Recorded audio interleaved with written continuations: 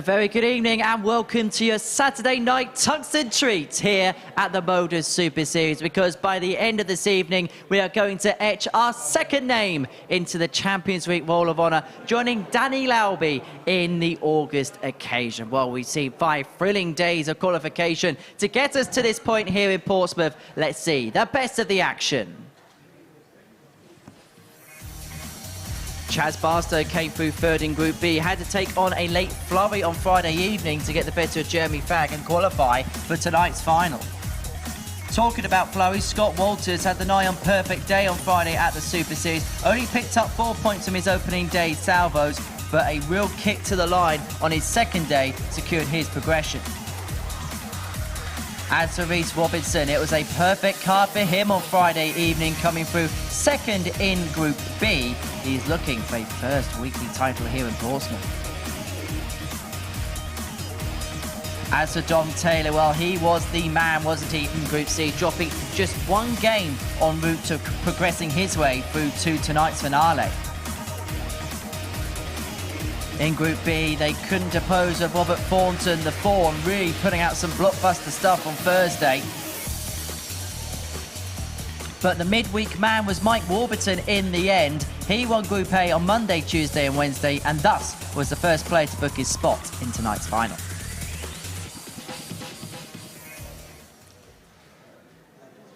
Well, we had some thrilling 5 days of darts to get us through to tonight's finals, and it's all been watched in the company of the 3-time Lakeside champion, the former Premier League winner, waxing lyrical about all the action. Glenn Durran. And Glenn, what a 5 days we've had. It's been an outstanding 5 days, very competitive, some real high quality darts. Some of the 180 hitting was insane in Group B, some of the big finishing in Group A, and just complemented with a beautiful Group C performance by Dom Taylor. It's been a tremendous week.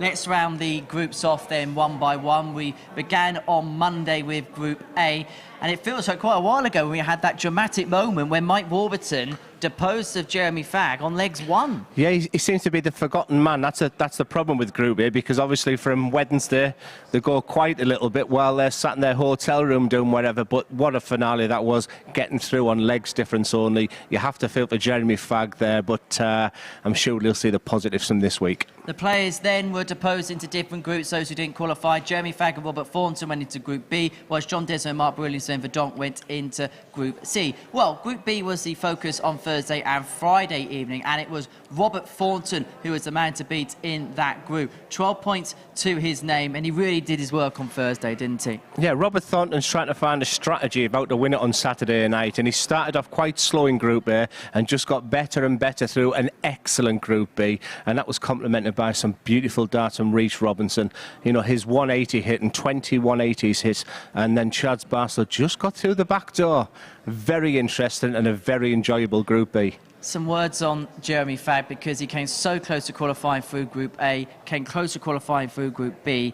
It was just so near, yet so far for him. Yeah, I've been chatting with him as well, and like I said, let's hope he sees the positives. He will be back.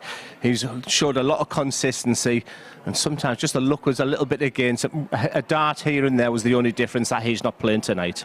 We had a little bit of drama in Group C. Zen Verdonk did kick off that group, but then had to withdraw during his final game of the opening day against John Desmond. So he withdrew from the competition. Andy Jenkins then made up a 7-player group. It was Dom Taylor who dominated, 18 points, and Scott Walters a really good Friday. Dom Taylor, when you get up close and personal, when you're in that comms box and you see the positives, he's got all the attributes and skills to be a fantastic player. He really, really impressed me. Had a little chat with him in a local sandwich shop afterwards. He was delighted, using brand new darts as well. He could be a big influence on tonight. Super impressive. And he may well take the dough tonight as well. But that was the week that's gone. Let's have a look at what we're going to see this evening here at the Super Series. 6 players in with 1 chance of qualifying for championship. But before we do that, let's have a look at the numbers that got us here, Glenn, because this is the overall numbers for week 2. 530 legs played, 55-ton-plus checkouts. That is a big number. Yeah, like I said, it was very, very competitive. So you can see all the indicators there from different individuals. The 170 from Fag and Des Moreau, they're always special. That stunning 10 data from Reece Robinson. The 109.31 from that real flair player, Mark, a brilliant. That's what he was. But it's the consistency there, and an overall average for the week of 84.84 just shows you what a quality week it really was. So that is how we got here. This is tonight's field at the Super Series. This is the Super 6 looking to take home the jackpot. Group 1, Mike Warburton, Scott Walters, Reece Robinson. But we spoke about it up here on the balcony last night, Glenn. How tough that Group 2 looks. Taylor, Thornton, Barstow. Yeah, Group 2 is absolutely deadly. I mean, that's 3 potential winners, which is a strange statement to make because my next words are there's 6 potential winners. What I call 3 jack-in-the-boxes there in Scott Walters, Reece Robinson and Chaz Barstow. They can average 110 average. They've also got a 70 average in them. Then you've got the silky smoothness of the Mike Warburtons and the Domtails. Consistency is key for them. But the headline act, the one with the CV, Robert Thornton, desperate to make it lucky 6 here on a Saturday night. Wow, all the ingredients for a wonderful night. Stay with us, pick a winner, and just enjoy the night. And Robert Thornton's got a bit of a bone to pick with this tournament, hasn't he? He's been here 6 times, made it to the finals every single occasion, but he hasn't crossed that winning line yet. And potentially the most difficult one tonight. What a story it would be if the conclusion is that the Thorn is picking up that magnificent trophy at the end of the night. Well, let's see what the bookmakers make of the Thorn's chances, and indeed every player's chances going into this evening's session. They actually cast him out at 7-2, and when you look at the cast list that's on offer here, Glenn, is there a lot of value to be had if you know the horse you want to pick for this race to stick with it? Yeah, if you just sort of look at the assessment I've given there, I mean, Dom Taylor, I expected Robert Thornton to be favourite. I mean, there's just nothing to separate them there. Even the 7-1 there looks really good value. I mean, I said Dom Taylor on Monday morning, so I'd be disappointed if I changed my mind right now. But Chaz Barstow at 7-1 is just pinging out to me. He's got a good crowd here on his side. If he plays his best, he's the value for me. Is that because of the group he's placed in, do you feel? Possibly, but what you've got to look at there, it's 2 from 3 going through, then you miss one of them in the semi-finals. Swings and roundabouts, you know, that glass half empty and full. Yes, it's a dangerous group. Get into it, and then in the semis, you play someone from what you would identify as a weaker group. So, swings and roundabouts, Hitch. Always is at the Super Series. Well, that's what the bookmakers think. What does Glenn Durrant think about all of the proceedings this evening? Now, we've had a bit of variations in luck when it's come to Duzz's tips this week, so let's try and finish on a high tonight. Yeah, like I said, it's a very, very tough group to say. I mean, I talked about Barstow there being the real potential, yet in my first one there, I think a big win for Robert Thornton with that handicap bet in there. On the second one, 180s galore between Scott Walters and Reece Robinson. Reece Robinson, 20 180s this week. Scott Walters is an absolute machine on that treble 20 bed. And then a real tight affair between Dom Taylor and Robert Thornton. Just close to 7-1, and it was 7-1 that I got the treble up yesterday. So you never know. Duzz's tips. Will you follow them tonight? Let us know at MSS Darts on Twitter. Well, our first game of the evening could be an absolute blockbuster. It sees Mike Warburton in action up against Scott Walters, 2 players who know exactly what it's like to get to Champions Week. Walters making it in Series 2, Warburton in Series 3. They go toe-to-toe in our first battle tonight and early on this evening. I caught up with the pair. Mike, here we are, finals night. How much are you looking forward to it? I've been looking forward to it for the last 2 days, yeah. So it's a long wait, but I'm ready. How did you find your Group A campaign? Yeah, I thought I was the best player, just about. I felt a bit sorry for Jezza, losing on legs 1, but it's nice to get through. And I said this on my interview before, the groups, Group C and Group B, were tough, so it was nice not to have to play in them. But then there's swings and roundabouts, really, because you get 2 days off, twiddling my thumbs for a couple of days, but yeah, I'm ready. You've had a good time of late here at the Super Series. What is it about this competition that makes you tick? It's hard to put a finger on it, to be honest. I always seem to play my best art here. I've had a shocker at the Challenge Tour, and I don't know, I just like the format. I like the setup. Just brings the best out of me, really. I just like it here, really, to be honest. Been here before in terms of Champions Week. How much would you like to be back there again?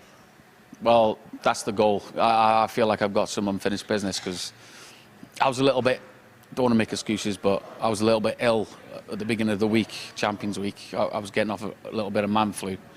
Didn't quite recover, I don't think, but like I said, I don't want to make excuses, but I feel like I got a little bit of unfinished business there, so hopefully I win tonight, and then, yeah, I'll do better next time.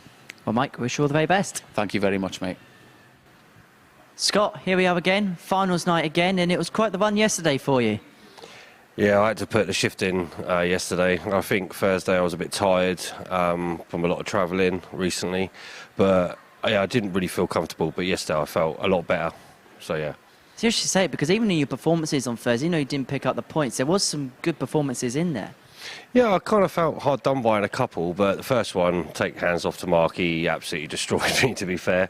I think that was the best he's played down here, I think, and yeah, happened to be against me. So no, but I was felt like hard done by, but yeah, the game was there, but not fully. So yeah. Into tonight, how do you fancy your chances? Tough group. Mike and Reese. Don't know too much about Reese, but Mike I know very well, good friend. So I'm just going to go up there, play my game, and if it comes off well, then I'm going to win. So We love the confidence. Scott, we wish you all the very best. Thank you very much, mate. It is very much a case of here we go again for the Super 6 at the Super Series finals night. About to get underway. A very familiar field, plenty of faces that we've seen many times here for the MODUS Super Series, making it through. And confidence exuded in those interviews by both Mike Warburton and the man in your picture now, Scott Walters, from just down the road, really, hoping to go home happy. The Welshman Warburton winning Group A, as shown earlier on in the show with Glenn and Henry. I'm Chris Murphy, joining Glenn Durrant in commentary to talk you through this evening's affairs. And everybody you speak to, Glenn, in the production, in the audience there, has got a different name when you ask who's going to come out on top tonight. Yeah, I think that's the beauty of tonight. There's 6 players there which can have a case for winning. It's really feels like the forgotten man in your picture there. I think the player who wins that Group A has a couple of days off, and you forget how good he was this week. He's just the most beautiful throw, which if you're listening in Group A, you'll know I'll talk an awful lot. It just looks so, he really caresses the dart against a real jack-in-the-box in Scott Walters, a guy who can, honestly, he gets that treble 20 bet. He's really prolific in that area. And like I said, it's just a fascinating night of darts. 2 very tough groups. And I've been waiting all day for this to start, and may the best person win. 100. Danny McNamara will be calling out the scores and overseeing proceedings on the stage. It's the first game in Group 1. Walters, well, he can be a massive maximum hitter himself, and we've seen a massive amount of maximums this week. 169 you were showing us in the stats at the top of the show. Yeah, and a lot of them coming from Reece Robinson. In one game he hit 6, only the first of 9 people to do that, 58. And also 5 in the next night as well. So at times a little bit like feast or famine for Reece. We'll be seeing very soon. Yeah, he's the other player in this group, isn't he? And 45. It was interesting that Scott said he didn't know an awful lot about him. He might find out pretty quickly if he starts firing in those maximums. I'm always a bit weary of the player that falls into Scott Walters' fixture list where he's playing 60. game 1 and 3. It can be a very short evening, can't it? It can be. So the word critical for me is that just coming out the blocks and get them points up and running, I think, is very, very important, because the last thing you want to be doing is relying on the last game on results to go your way. Though we've seen that many times. He just has to focus on the Saturday, because now they're relaxed. First games are always tough, but coming out the groups means you reach there. And if you're thinking of like a big open, now they're at the quarter-final stage, full feeling at the business end of the group. And it's a lot more cutthroat now. It's just, there's a very significant every game that they're playing, whereas you can play around 55. In the groups stage right now. You want to come out of it there, but both have started fairly slowly, which is typical. And like I say, you can sense the tension. They both sounded very confident in their interviews. Also, the understanding that they want to get 2 points on the board very quickly. Warburton, favourite to get the first leg in the ledger now, having left 48. 90. Mike Roy, 48. Got most of his work done on Tuesday, Mike Warburton, when he had that perfect day.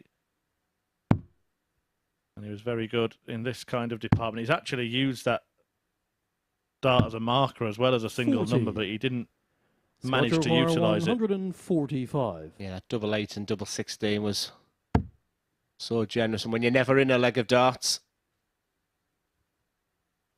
treble 15. He's gone for double 14. And when you think of momentum swings, he was 131. never in that leg of darts. Micro And the most relieved 8. person in the building right now is the man coming to the hockey. Double 4 was kind to him also this week. Now just gets a little bit nervy. Nitty gritty time. Well, that will be a relief because you were right, Glenn. Some of those doubles you mentioned were kind to him, but in his very last match, the one that actually got him through, he did have that leg where he missed just about every double on the board in the same leg. And I thought the interview was one of the highlights of the week as well, where he genuinely didn't realise he needed 3 legs of darts. So even a 4-3 loss against Jeremy Farg was going to be 100. enough. And we were making our own story in the comms box that he just couldn't get to those 3 legs with missed darts at doubles. But it just looked like that was pressure, didn't it? And that was a scenario. He needed that 3rd leg. He missed 14 darts at double 100. before finally getting it. But it was just one of those things. He was unaware himself. He thought he had to win the match. He thought he'd be back on Thursday and Friday. yeah, he started this leg with 100, and you'll see that score so 83. many times for Mike Warburton. Like I said, if you're being hypercritical, it's how he then takes them hundreds, which he hits very, very regular, into the 140s and into the 180 bracket. 60. That smooth throwing style. I kind of feel that Scott Walters might want this game to be going up a little bit faster. He might want the pace to be picked up. Warburton at the moment, I feel, is dictating the speed of the game. Yeah, Scott Walters has sort of looked at his hand a couple of times this week, and whether he's not just feeling the grip. We have seen him change flights and stems throughout the couple of times I've been here at the Live Lounge in Portsmouth. And already in the first game of the week, he went from that fluorescent flight setup to a white setup. 100. And sometimes that can just be how the stages look. If it's dark in there, you might want to see the flight path, and that can be a reason. 117 on offer for Walters when he comes back to square up this one. 117. It's vitally important in your opening match that at all costs you don't get beat heavily. If you come out with a 4-3 defeat, you've still got a very good chance of going through in this format. Yeah, the only parallel I can give is obviously the Grand Slam as well, where you're in that first 81. game, and like I said, the good and the great will only be thinking of the 2 points here. But one thing you can't do is take a hammer in his. He looks at treble 19, and he did do a 1-4-1 this week. Very traditional, very stubborn Mike Warburton. He doesn't often leave that treble 20 bed. 67. Whereas Walters got a chance for parity. Game Parity second leg, achieved. Scott Walters. All square. Just a reminder of the format on Saturday nights. Each player playing the others in their group once. First. Game on. We do get a scenario where every result is the same. So, for example, each player wins 4-2. And a 9-dart shootout decides 81. who goes through to the semi-finals. Don't tease me, Chris. 97. Sometimes you get that uniform, that simple night where one player gets beaten in both games. And when we were looking at the odds before, they've pretty much said that that's how they think it will go. You had 4 players that were effectively joint favourites, 80. and then 2 outsiders in Chaz Barstow and Rhys Robinson. Yeah, and the outsiders are them 2 types of players where their A game can destroy this tournament. That's how good their A games are. I think what the bookies have looked at there is they also have the tendency to have a real C game, and I'm a big fan of both Chaz Barstow and Rhys Robinson. But consistency could be key tonight, and if consistency is the answer, and you're looking at the man in your picture there, because Mike Warburton, you can pretty much guarantee he's going to be round about that 90 average mark. Trying to get to Champions Week for the 2nd successive series, Warburton. Didn't make it to the grand finals. Walters was at Champions Week in Series 2 himself. Yeah, right at the back of the audience, and they're right there. The 2 Aussies have come to watch, Malcolm and Jeremy Farg. 100. Yeah, Farg, the one who missed out by that single leg. So Mike Warburton in Group A, and then ended up losing out in Group B last night after a poor night, probably his worst session of the week. 57. Mike then. require This could 115. be a pivotal exchange in this tie. 115 for Warburton. I do like the 19s because it's a tricky double 19 if you do get the treble 19 now. Whereas a treble 19 start does give you options around the double 18 mark. So 99. he's very stubborn. Scott He will requires stay on that treble 76. 20 bet as much as he can. These are big moments. These are the types of finishes. And I like that. What he's doing there, he's resetting. He's focusing himself. Eyes on that double 8. This is a huge dart in the context of this match. 68. And he's just not up to the challenge. And requires so many times this 16. week I've talked about that 64 finish, that 72. And in that example, the 76. It's Mike Warburton would be delighted to come back. Can he finish the job? Mike Absolutely Warburton. bread and butter for Mike Warburton around that double 8 mark. Disappointment etched on the face of Scott Walters after missing 2 Four darts legs to dot break the to throw that Throwford. really would have put Game on. this match in the palm of his hand. Would have now been throwing for a 3-1 lead rather than for parity at 2-2. 99. It's been that sort of week for Scott Walters. He sort of got through via the back door, you could argue. He was the favourite to come through his Group C. Well, he had a slow start, didn't he? And he really needed a good day yesterday, and he got it. 140. He did go right down to the wire in that Group C. But after day 1, Walters was sitting 5th in the table with just 4 points to his name. 60. It's a little turn around there from Mike Warburton, having a look over his shoulder. Don't know if something in the crowd has... I think someone's just sort of Upset putting him. the phone away there. But it's a very intimate atmosphere. I know people talk about my favourite venue, and I used to love playing at the Lakeside because pretty much where Scott 100. Walters is stood there, you could touch the head of the person at Lakeside who sat right at the front there. So you're going to hear the voice, you're going to hear the odd phone going off, you're going to hear the clink of a glass. And like I say, that's where focus and 100. mindset comes into it. At my best, I always believed if you put a brass band behind me, I wouldn't hear it. When I was nowhere near where I wanted to be, you could hear a fly from 200 yards away. You've had a few fanfares of your own, Glenn. 140. That next to a 3-time Lakeside world champion, a former Premier League champion. That's all coming to an end. Another name will be sitting alongside yours on the 60. Roll of Honour. Who do you fancy for that? Mike I thought you said they're going to be sat here in 3 years' time. You never know. Yeah, be careful. Warburton now, and we said how quickly it can change. Walters missed darts to break in the previous leg. Well, he's obviously didn't know what Walters was on 89. before he went to the hockey then, and he realised mid-visit to check. Yeah, that's disappointing. He's threw a dart away, in my opinion, there by going. If you're going to go the 11, go the bull. 33. But Mike requires after 12 darts, he 32. wants 32. And as he walked up to the hockey, he'd have snapped your hands off because, more importantly, this is for a breaker throw.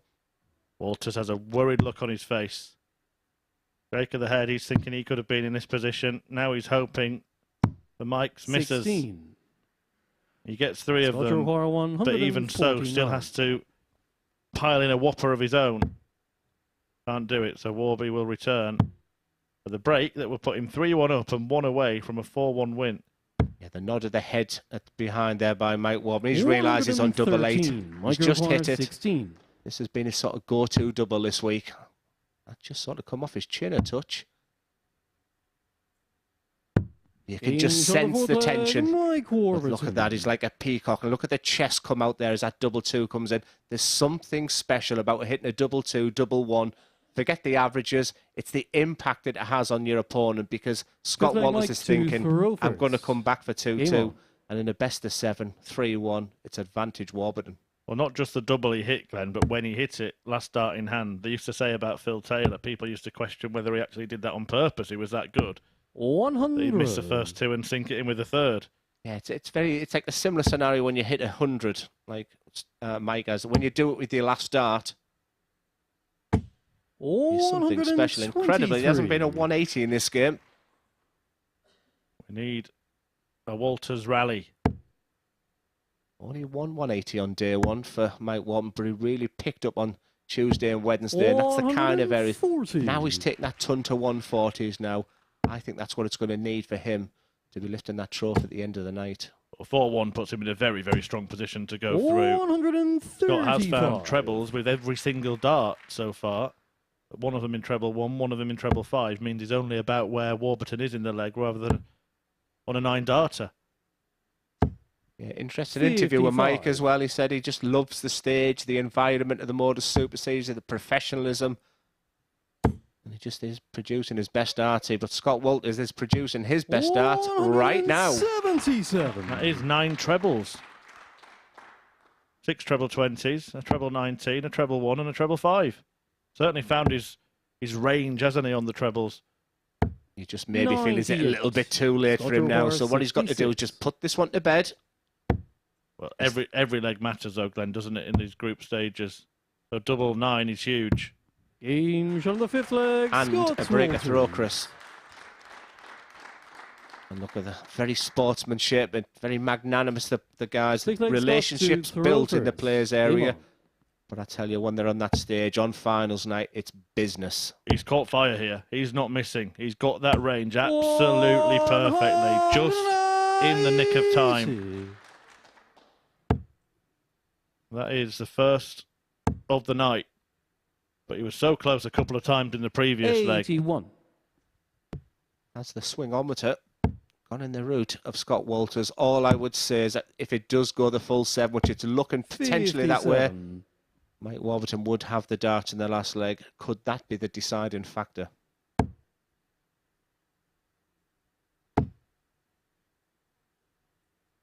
Well, anything you can do. Kind of get the feeling I wish it was an extended format now, because both players have lifted their levels suddenly. 94. Yeah, sometimes you need the right dance partner when you're up there, and the pace is good. I think they're enjoying each other. And right now, it just seems to be getting better and better. Good catch that as well from Mike Warburton. 100. Speaking of a good catch, how's this for the big fish? Could this be the catch of the day? Needs to leave it handy now. That's an error. Oh, and that's an even bigger error, because even the single 19 and he's on 130 there. 140. Just look at the reaction of Mike Warburton. He's studying this game. He's strategizing as he stands behind. That slip gives him a big advantage. More than ever now, he wants one of his tons, but they're difficult. He has to stay there. Just misses out there. That's where the anger is. 80's not a gimme.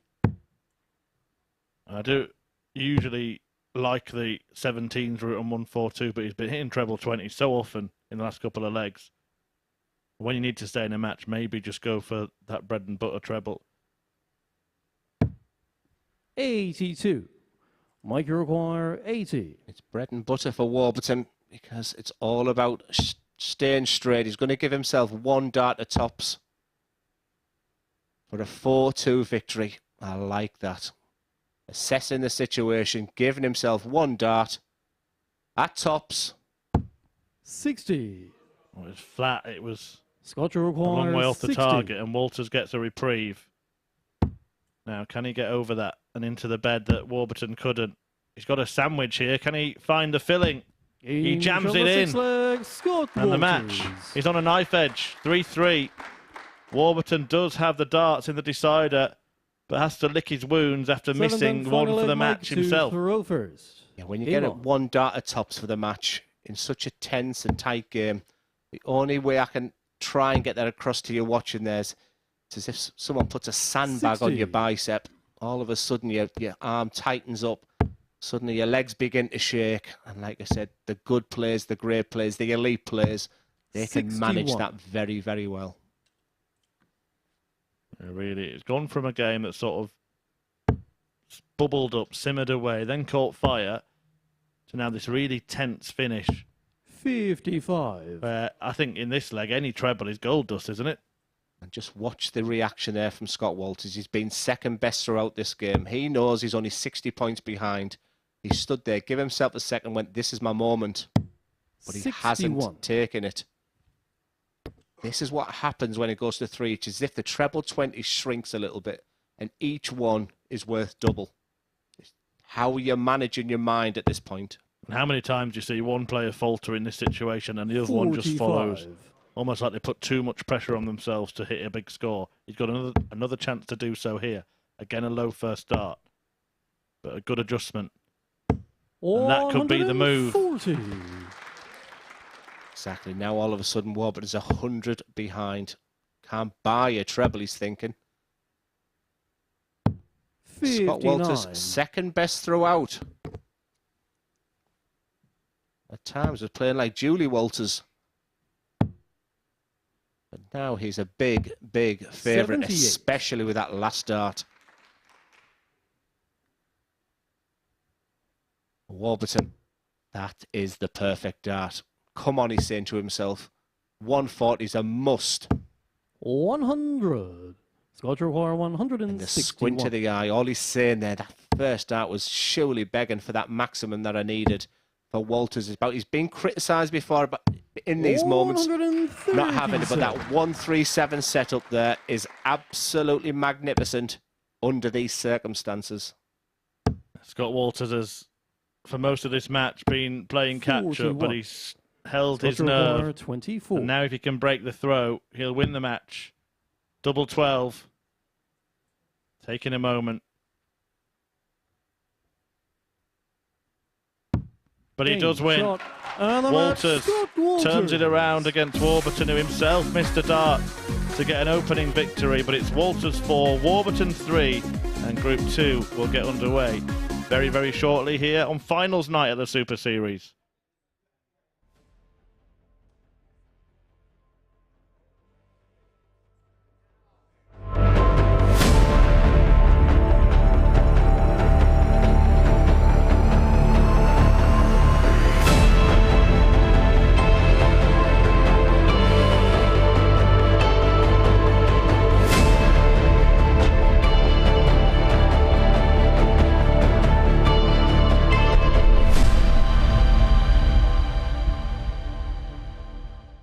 Welcome back to the MODUS Super Series. So it is a win for Walters to start against Mike Warburton. A 4-3 victor is Scott against the Welshman Mike Warburton, doing so with a 90.76 average and 4 out of 10 when it came to the double. So that's the first game of Group 1 done and dusted. We're going to kick off Group 2 now, and it's going to see Robert Thornton in action up against Chaz Barstow. These two players went toe-to-toe in Group B on Thursday and Friday respectively. And before we get this one underway, let's hear from both players. Robert, here we are again, Saturday night at the Super Series. It feels a little bit like a regular occurrence. Yeah, it's another Saturday night, innit? See how we got on. How have you found the week? Yeah, Monday, Tuesday, Wednesday was a bit flat. Played a bit better Thursday. Friday, kind of took my foot off the pedal a bit, so I've just got to try and pick it back up again. And of course, as you know, with Saturday nights, it's such a cutthroat format to do that in. Oh, definitely. I mean, if you look at the players that's in there on the Saturday night tonight, it's all cutthroat. We've been here before, haven't we? Saturday nights here at the Super Series. Is that itch still being scratched to try and get that Saturday night victory? Well, every time I put it to the back of my head anyway, do you know what I mean? So every Saturday night's a different one. Well, we wish you all the very best tonight, Robert. Good luck. I'll do my best, mate. Chaz, quite the night last night to qualify. Yeah, just about got there. Left it right to the last minute, but just about done enough. What was the assessment of your performances in that group?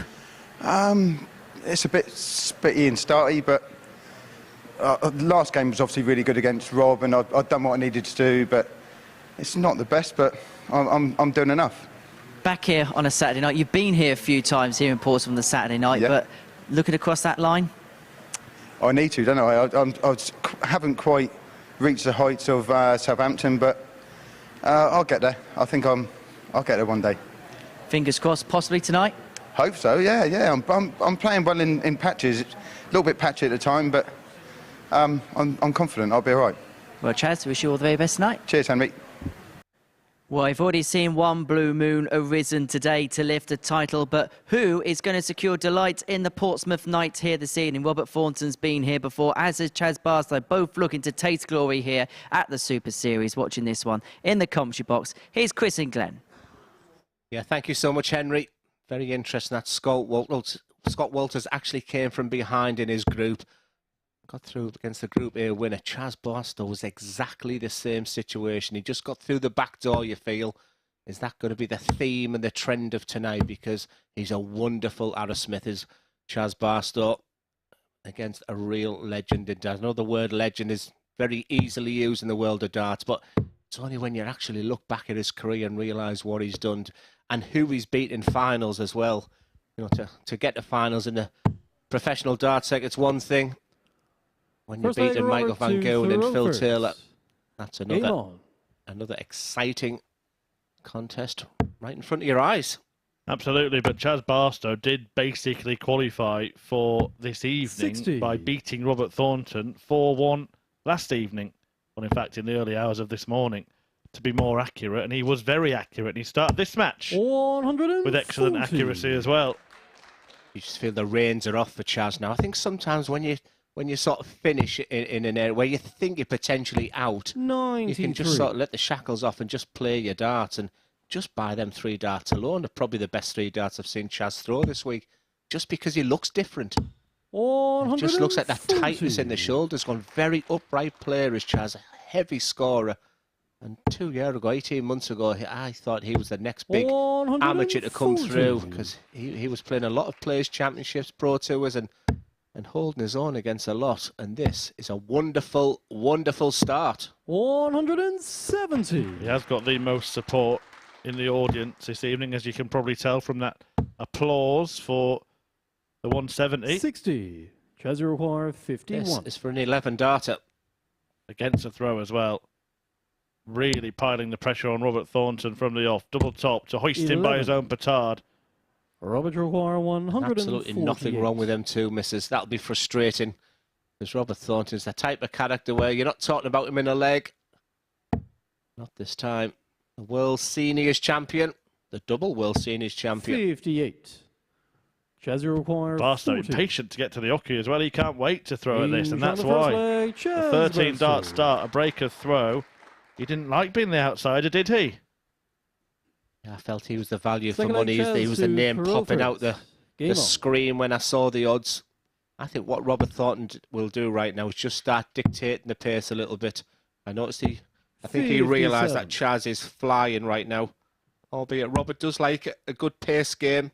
He's adaptable, and I think that's really important in darts, that you're able to 55. beat the slower players, the methodical players, and then when you come across a really quick player, you're able to adapt your game to that. So these are big moments for Robert Thornton. 81. Just while we can, Chaz Barstow raced through the first leg, so we couldn't. But a quick reflection on that first game, Glenn, because Scott Walters has put himself in a good position now with that victory, but it's not 134. sort of irreparable for Mike Warburton either. It just means that Mike has to beat Reece Robinson and beat him well. And when you're 3-1 up as well, 80. it's interesting what your thought process is in that player's area. He's going to watch Reece Robinson up against Scott Walters next, who can cement his place in the semi-final. So it's an interesting 45 minutes for Mike 41. Warburton, sort of mentally. That's maybe what the audience don't always see. Well, he will know exactly what he needs to do in terms of margin, but basically, he doesn't have to really win well. He will know, 85. because it's only 4-3, that if he wins against Reece Robinson, then the worst outcome would end up being a 9-dart shootout. 96. Yeah, and I'm being greedy here, but that would be nice. I do like tension on a Saturday night, but that takes it to a new You'd level. like to commentate on one. I'm not sure you'd like to be in one, would you? I think the other two players would. 174. Well, that's excellent. Absolutely excellent from Chaz Barstow, who is really turning up as if he's the main act tonight. Welcome to the party, Chaz. Chaz require 24. This is great to see. This is stunning darts. Sublime, magnificent. I also think, Glenn, there's no other tournament like this really in darts where Robert you play all week throw behind first. closed doors and then the finals is in front of an audience. It's almost a completely different tournament, isn't it? And you can see that he's buzzing off the fact he's got a few supporters here. Yeah, I think 60. 4 or 5 of the players have already mentioned that they are better with the crowd there as well. And there's the difference between the way the two players are playing. Robert 42. Thornton will always be the main man, always be the headliner. I thought the story was written for him this week. The way he didn't dominate Group A, came through 100. Group B, but he wanted to peak on Saturday night. 5 times he's been here on Saturday night, not picked up that trophy. There aren't many more defiant darters than Robert 60. Thornton, though, so we will never write him off at any point of any match. In fact, his very first match of the week saw him overturn a 3-leg deficit against Jeremy Fagg, didn't it? Well, I tell you what, he likes a scrap. He likes a battle up there, so he'll be going absolutely nowhere. And for Chaz Barstow, it's just about keeping it going. It's easier said than done when you fly out the traps averaging 142 legs. 60. He has to maintain that form. And the other thing is, if you win your first match 4-0, you're as good as through, aren't you? 60. The worst you can then hope for is a 9-dart shootout. Because you'd have to lose 4-0, and then the other player would have to have a 4-0 defeat as well. If you have 2 points and a positive leg difference, you're definitely through. Yeah, I have this really geeky obsession now about demeanour and body language. I'm telling you, that is a different Chaz Barstow. He's come. 49. And maybe the fact he's got family and friends with him is just giving him something, that just little bit of aggression that he needs. It's controlled aggression. But just look at his mannerism. Just look at the desire.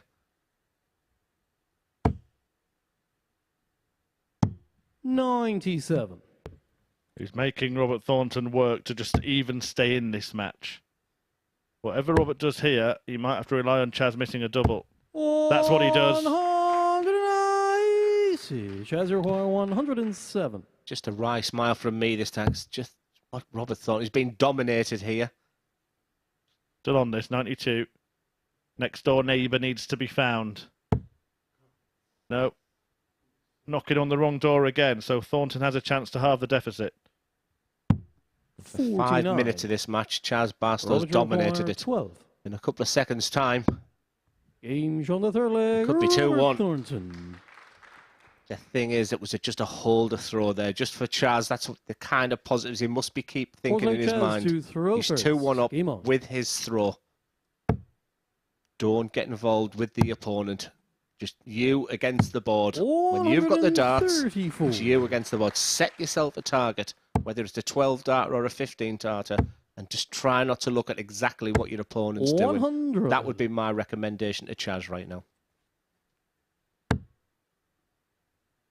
Still is the superior slinger in the match, only for that 119. wayward couple of darts on the 107 finish. He might have found himself 3-0 up in it. There's still a huge disparity in those averages. 140. Thornton trying to close it.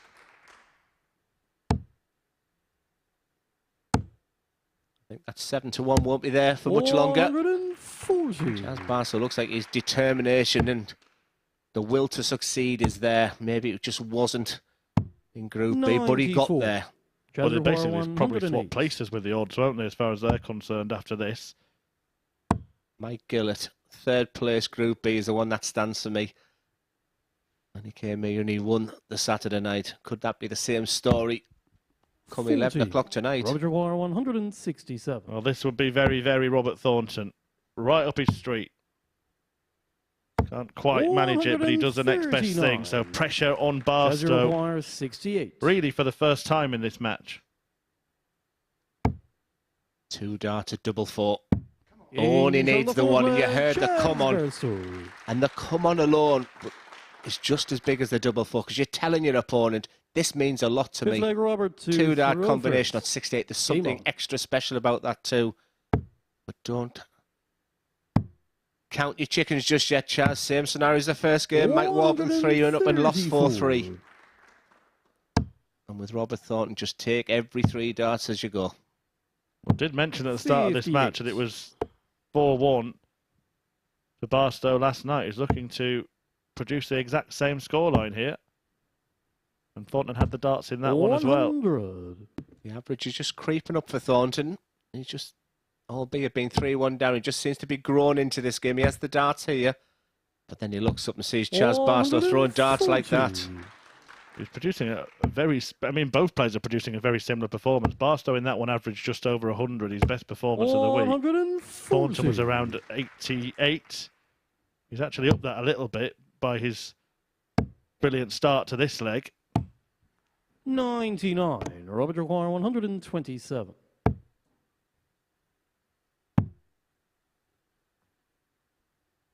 .88 left. Quite 59. like treble 16, a big open bed there, but Robert knows best. 68.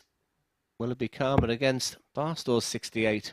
Yeah, he's just been shown exactly how to do it, hasn't he? And he loves double 4 himself, Robert Thornton. Barstow just making sure he gets the sums right here. 58. Robert Jaguar 68. I always feel it's imperative to match an opponent on finishing wise. You don't want to go down to madhouse, Robert. 64. Reservoir 146. This is just a freebie, this, Chris. That's how we'll approach this. I'll tell you if that first one could have gone in. We saw a few double twos earlier on. Mike Warburton hitting a couple in his first match. And again, Thornton's in that position now where he's thinking, well, I'd like to win, but if I lose, at least let it be 4-3. Because 4-1 is very, very damaging. So that's a big dart for Robert Thornton, who closes the gap and remains in contention. 6-leg Chaz to throw first. Game on. It's a similar position to how Scott Walters found himself earlier, but just look where that first dart goes in. Right on the right-hand side of that bed. Very easily could be treble one. And your brain's telling you, maybe, just maybe, it's my night. 60. Walters had to do it the hard way, did in his match with 2 breaks from 3-1 behind. Thornton here just needs to get 1 break, and he's got the darts in the decider. 140. Bastos, aesthetically pleasing on the eye, very upright, just a beautiful throw, all about rhythm. Whereas these tenacity 100. is Robert Thornton, a real fight. He's always biting at your ankles. You've never beaten him. Contrasting styles. At the moment, Barstow, that's looking good for the victory. Yeah, he knows it's all about this leg. He doesn't want to get embroiled in a 1-leg shootout with the Scotsman. And he's done everything he can to make sure that doesn't happen. He'll have 6 darts at least from here to wrap up the win.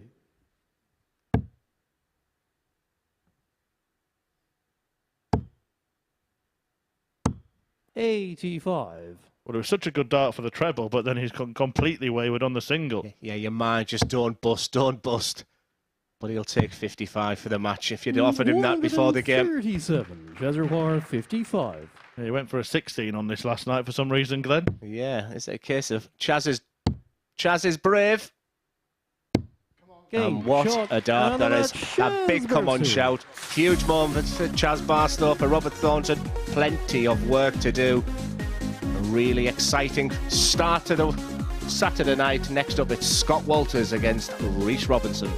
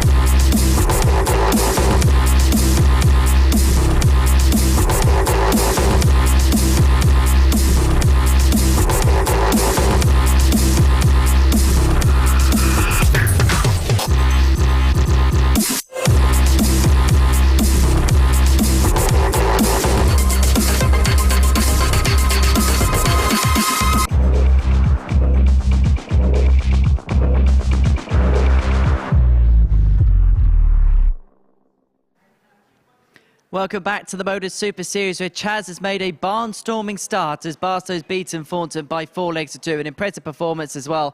An average just under 94, 4 out of 7 when it came to the doubles. Robert Thornton, 86.8 the average, 33% on the doubles. It's proficient, but it wasn't quite efficient enough to win this encounter. So we have seen one round of games from each group now. Let's get the assessment of the boys down in the commentary box. Glenn Dowen and Chris Murphy have been watching both of these matches for us. Glenn, we'll begin with that last game. How impressed were you with the performance of Chaz Barstow? Yeah, there's just a couple of things I'd like to add. We talked about the jack-in-the-box of Walters and Barstow. Both have got big averages in them, real solid A games, but potentially and consistently they can let themselves down with a really disappointing game. And the other thing is, you know, you win Group A, Mike Warburton, you win Group B, Robert Thornton. When it comes to Saturday night, it doesn't mean an awful lot because both of them players have now, it's much more cutthroat on the Saturday night and just a real delight to watch there. Chaz Barstow is definitely up for it. The crowd are on his side, and it was a pretty impressive performance. And Chris, from your perspective, Mike Warburton, that first game against Scott Walters, what do you feel opportunity may have passed him by? Not necessarily because of the margin of the defeat. Yeah, he had that dart at tops, but it was a close game. I really don't think we've actually learned that much from the first 2 matches. Looking at the remaining fixtures, could go either way. I'm actually starting to lean towards the idea that we could be in 9-dart shootout territory in at least one of the groups tonight. The 2 players are yet to see tonight, Glenn, Reese Robertson and Dom Taylor. What are you expecting to see from them? And perhaps can you see their chances waver one way or the other based on the performances we've seen so far? Yeah, very interesting with Reese Robinson, a real maverick. We watched him go for a 120 finish yesterday under a really tight scenario where it was more of an exhibition shot. So sometimes his mind can waver. His mindset has been criticised previously, but uber talented. And that game with Scott Walters could go, anything could happen in that game. And Dom Taylor, for me, was the performer of the week. Like I say, using fairly new darts, and I'm really looking forward to see how he handles the situation of a Saturday night. It's still all to play for. It most certainly is. And just final question to you, Chris. Obviously, that defeat for Robert Thornton means that he leaves himself in must-win territory, and he's got Dom Taylor in that final game. That's a tougher assignment for a player who will probably need to pick up, well, will need to pick up a victory. Absolutely. Against a favourite, as Glenn said, he's been the most impressive player this week so far. But don't forget what Robert Thornton's achieved in his career. He's been in much tougher spots than this, and he will certainly be up for the fight. So I think he's more than capable of getting that win against Dom Taylor.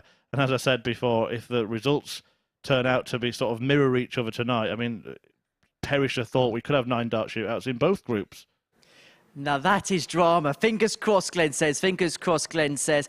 Gents, thank you very much. We'll let you get ready and prepped for your commentaries for the rest of the evening, because we are about to reach the midway point of our action here this evening at the Super Series. It sees Scott Walters return to action. He sealed that 4-3 victory against Mike Warburton in the opening match of the night. He takes on Reese Robinson, a man who's been so maverick-like, so enigmatic here on this Super Series stage over the last couple of days. When he comes back to the live lounge on this Saturday evening with one goal in mind, and that is to progress his way through to Champions Week. He's very confident about his chances, and he caught up with me earlier on this evening. Reese, welcome to Saturday here at the Super Series. Quite the night last night for you. Yeah, I didn't play too bad. What was your assessment of your overall performance in those games? I felt like I played all right and got the job done. I was a bit lucky in a few of them. A couple of chances missed by other players, but didn't play too bad, yeah.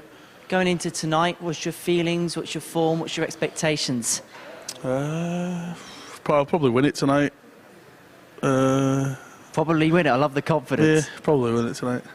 And what would it mean if you were successful and you did manage to get your way through to Champions Week? I'll probably win that as well. We love the confidence, Reese. We wish you all the very best. Cheers. Robertson will be hoping it's a case of Reese and repeat following last night's exploits here at the Super Series. He takes on Scott Walters, who's already beaten Mike Warburton this evening. Who's going to win this one? Glenn and Chris.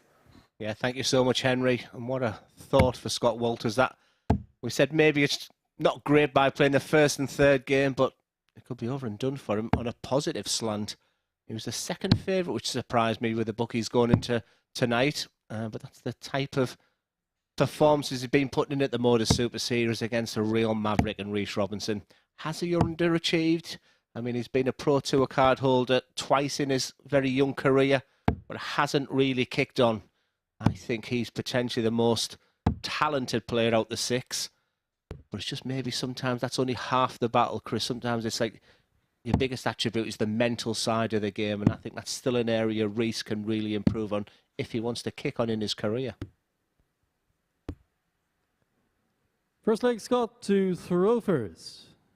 Game on. Yeah, biggest maximum hitter in terms of 180s per leg this week, Reece Robinson. And he's going to need those, I think, to beat Scott Walters here.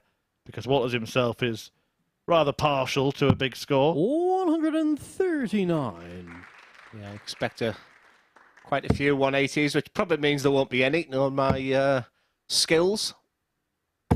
140. He wasn't far away from delivering one immediately there. He had 6 in one match, as Glenn mentioned earlier, 5 in another in Group B. Also did some rather bizarre things. He did win our checkout of the series competition with a bull 18 bull finish in the last series. He attempted a 120 tops in his first match last night, a match he needed to win to go through. Yeah, but bizarrely it was the time. It's okay when you've already qualified. It was the opening match of the day, and we said how important that first game was, and we were all looking at the treble 20 bed when he'd done a real Jose de Souza. I also asked Glenn last night what his most maverick move was. For those who weren't watching, he said he once had hot milk. 90.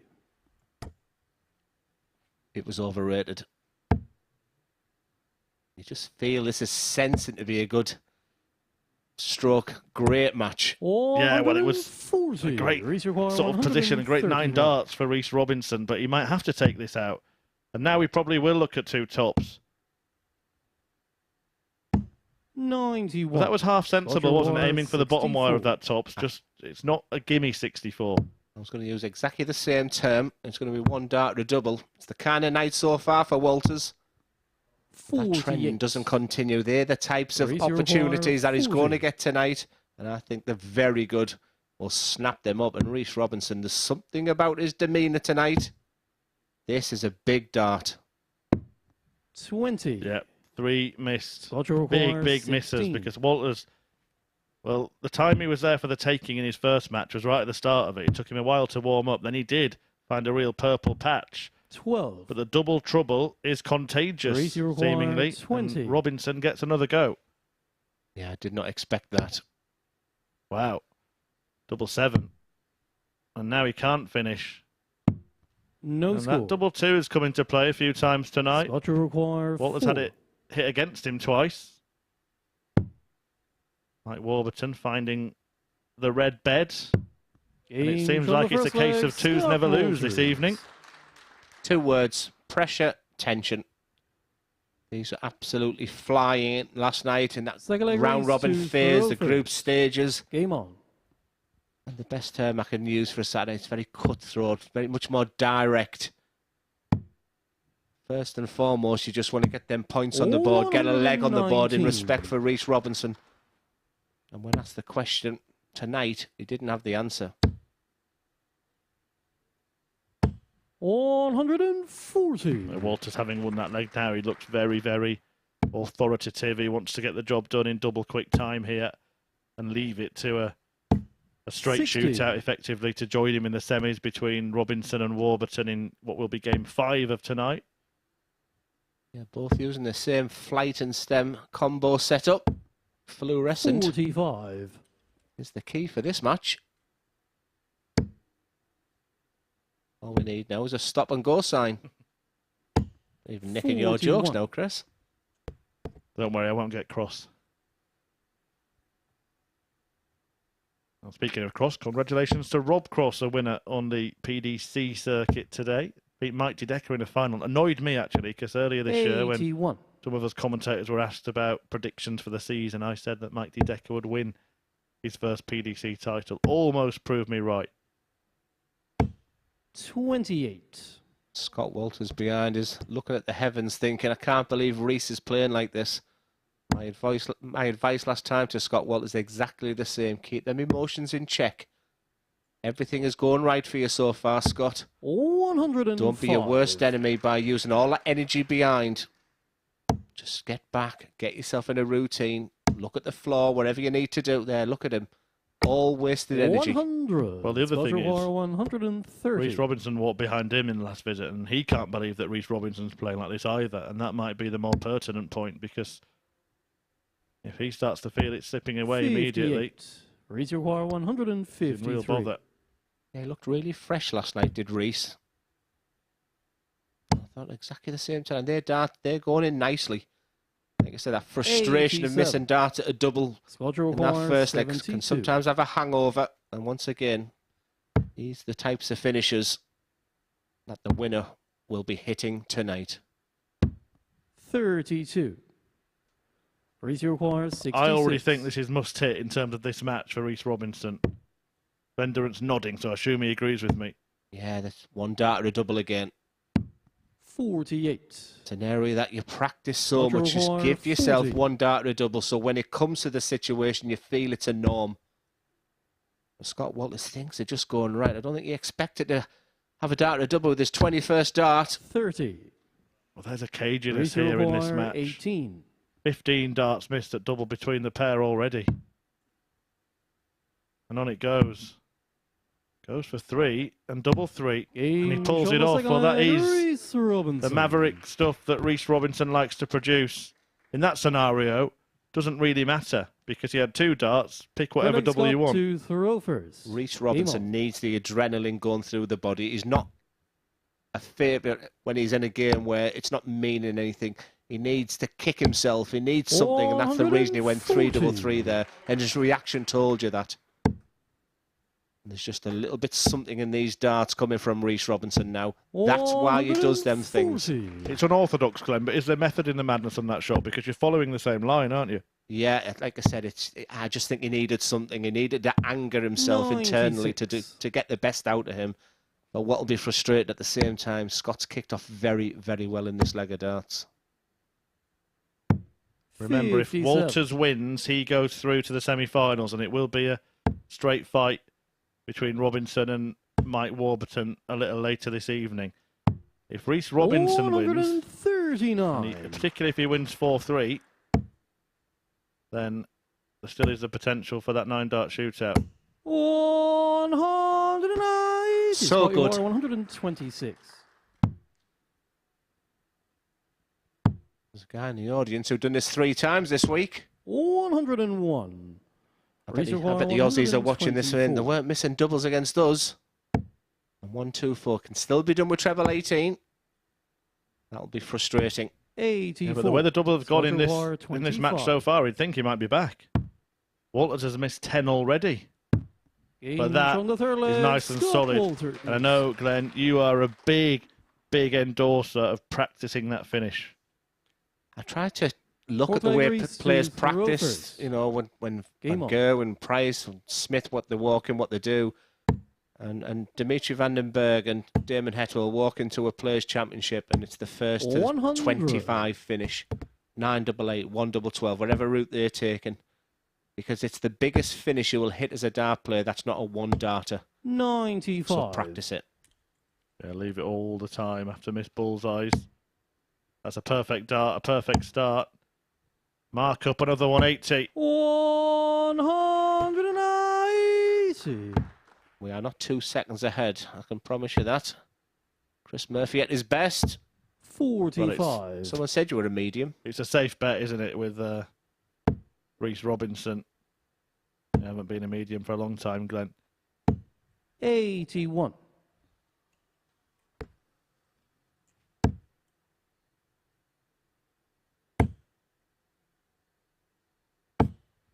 $60. Nothing wrong with those darts. Just below the bed.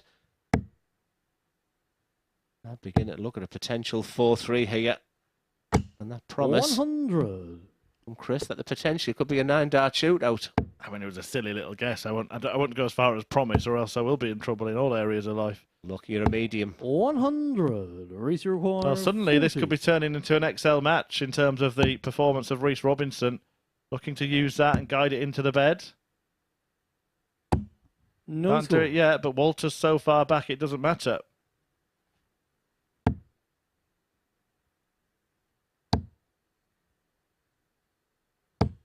66. Race require 40. Game shot 2-2. flag, Reese Robinson. Points to double top saying, where were you earlier? That's where I want the doubles to be. Well, I'll tell you, Reese, the ones that you missed last time were well thrown. First. Like I said, he needs to get angry is the feeling I get from Reese. I think he's better. It's just managing it. It's without going over that line where it's going to be to the detriment of your game. But frustratingly, when you're trying to break somebody after a scrappy game, they're whacking a 180. Let's not forget as well, we're joking about the potential of a 9-dart shootout, although it's becoming quite possible. 100. Everything at the moment is in Scott Walters' hands. If he wins this match, he goes through. But if Robinson wins the match, then suddenly everything's in his hands, because if he beats Mike Warburton, he would go through. Yes, he'd take Scott Walters with him, but you're becoming the man 91. who calls the shots, basically, in the group. Yeah, that's why these Saturday nights are so fascinating. They're so interesting. Like I said, the permutations, the possibilities, the probabilities. 45. They're all there, but the person who could come through the pack is the person who stays calm in the situation, has a clear mind, and is just totally focused on the job. 85. Is there a way back for Robinson in this leg? You'd think a 180 would be the only thing that could put the cat among the pigeons now. 123. Scotch require 145. It's imperative to get down to a 2-darter minimum. That's the way I would look at 145. The 145 finish is great for a nice treble 20 here. 105. And that's just laying up. As a snooker player, you're just playing the percentages. I like the fact, and we've seen him do it a couple of times as well, Glenn, that 25 has been brought into play in the second dart of the visit, because it gives you more options 40. rather than relying on doing it the last dart. Game shot of the fifth And Walters leg, is now Scott one Walters. away from qualifying for the semi-finals. Yeah, and just to add in onto that, Chris, and another good way of going second dart is so many times you go up with that 25 here last dart, you hit the bullseye. Game on. And you can correct it, can't you? Yeah. Exactly. Whereas if you do it third dart, there's no correction. Or you miss it completely, and then you know exactly what you need with dart 3. This is a match where when you have the darts, you're taking full control very, very early. Will there be a sting in the tail come the last leg? That will be the hope and expectation. 140. But that is a real fantastic response. Well, 23 180s now for Reese Robinson this week. Make that 24. 140. Can't manage it this time. The heart rate of a dart player goes up on 5 perfect darts. I can assure you it's the same for a commentator, you know. Searching his first. 140. Yeah, the big issue in this match, however, despite the superior scoring, has been that. As Robinson's at it again. Fabulous stuff. He's already had a 10-darter this week, the best leg of the week. Can he do it again? 100. Race require 40. This is the talent that this man has. Well, we just showed you that all those missed doubles, but he does go out in 11, and we are 3-3, so it goes to one leg now to decide whether Scott Walters goes through, Seventh and final or whether he has to wait for for that last match. I said before this leg, having the dart is great, but there's something different in a leg of 60. darts when it's 3-3. And what's very interesting there is the fact that all of them were under the treble 20 bed. That's when the tightness comes in. Reese looks very relaxed. 140. His shoulders look relaxed. That could be the key thing for me, because Scott just has tightened up a touch there. Desperate for a treble now. 57. Advantage to the man from the Humber. Does he have Walters' number? By the way, Scott Walters is in a very good position now. 140. Even if this leg goes the way of Robinson, Walters can't be out until after a 9-dart shootout, because obviously he's got 7 legs from his first 2 matches minimum. 47. But Robinson is the aggressor. 68. That will hurt. The perfect first dart, and I just felt the second dart was just a little bit lackadaisical. And what I would say to her is every dart counted 3-3. 137. Despite all the fact how talented you are, 153. throw every dart like you mean it. Beautiful. Oh, Sensational. Game. Incredible. Shot. What a finish. And it is 4-3 Reece Robinson. He puts it in his hands ahead of a match against Mike Warburton. We will see Scott Walters on the stage again tonight, but will it be in the semi-finals or will it be in a 9-dart shootout? Drama at the Super Series. Stay with us. This is the MODUS Super Series.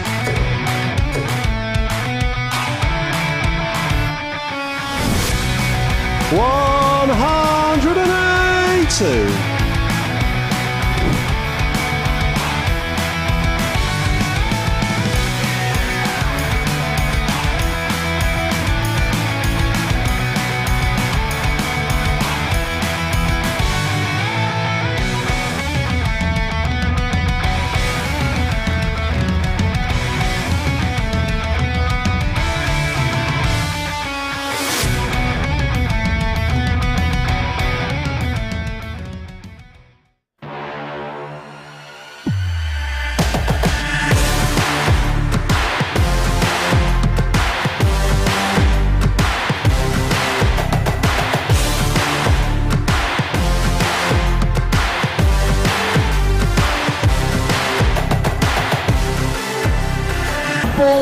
Joe Taylor, Garrett Tilling, and board 2, Craig Nixon, Robin Young.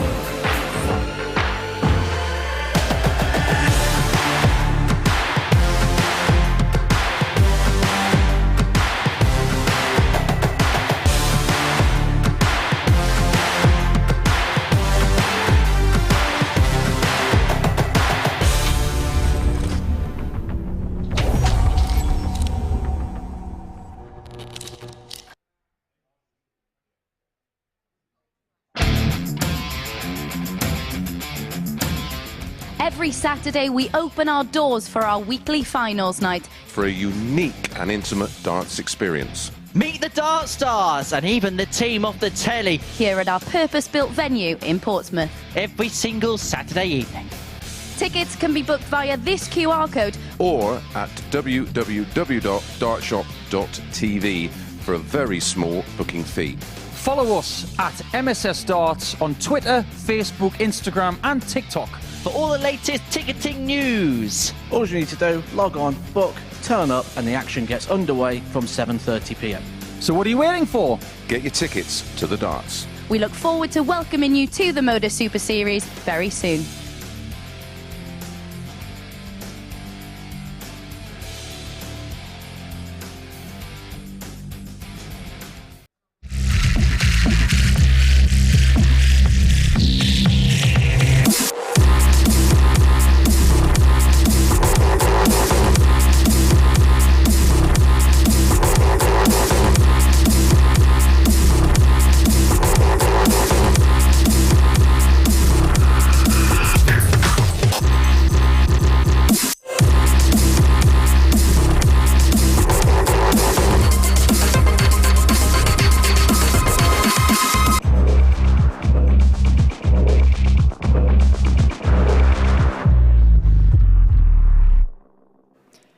Welcome back to the MODUS Super Series. Before the break, we saw Reece Robinson close out his game with Scott Walters in scintillating style. A 1-5-3 finish for a 12-dart leg to break the throw of Walters right at the last. An average of 92.5. 4 out of 15 when it came to the double. So it's going to be a little bit of improvement he'll need there going into his last game against Mike Warburton. But for Scott Walters, he won one, he's lost one, and it's 0 on the legs difference. And dare I say it, there is a possibility of a 9-dart shootout in this group. Incredible scenes here in Group 1. Well, it's now time for the middle match in Group 2. It's going to see Chaz Barstow return to the stage, and he was ultra impressive in his matchup against Robert Thornton in his first game of the group. An average in the mid-90s. Really, really good stuff from the Winchester thrower. He takes on Dom Taylor, who's been impressing us throughout the course of the week and early on this evening. I caught up with him.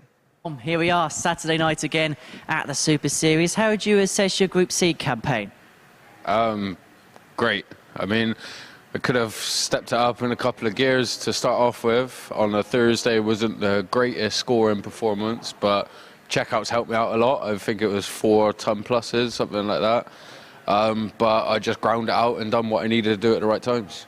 In terms of yesterday, was that as good as it can get, possibly? No.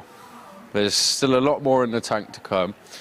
I'm going to let a little secret out. They are brand new darts that I'm using this week. So it is good. It's good that I can open a set of darts and play the way I have been with still more gears to grind through. Seen you here at Saturday night here before at the Super Series. How much would you like to get a couple of steps further, though, than last time? 100%, that's my aim, is to get out of the first lot of groups and get to the semi-final. That's my... Obviously, I want to win, and that'll be the bonus, but my main step is just to get out of the groups and get to that semi-final stage. Well, Dom, I wish you all the very best tonight. Thank you, H. Cheers, mate. Welcome back to the MODUS Super Series. Chaz Barstow, Dom Taylor, that is our 4th match of the session. And watching this one in the commentary box, it's Chris and Glenn.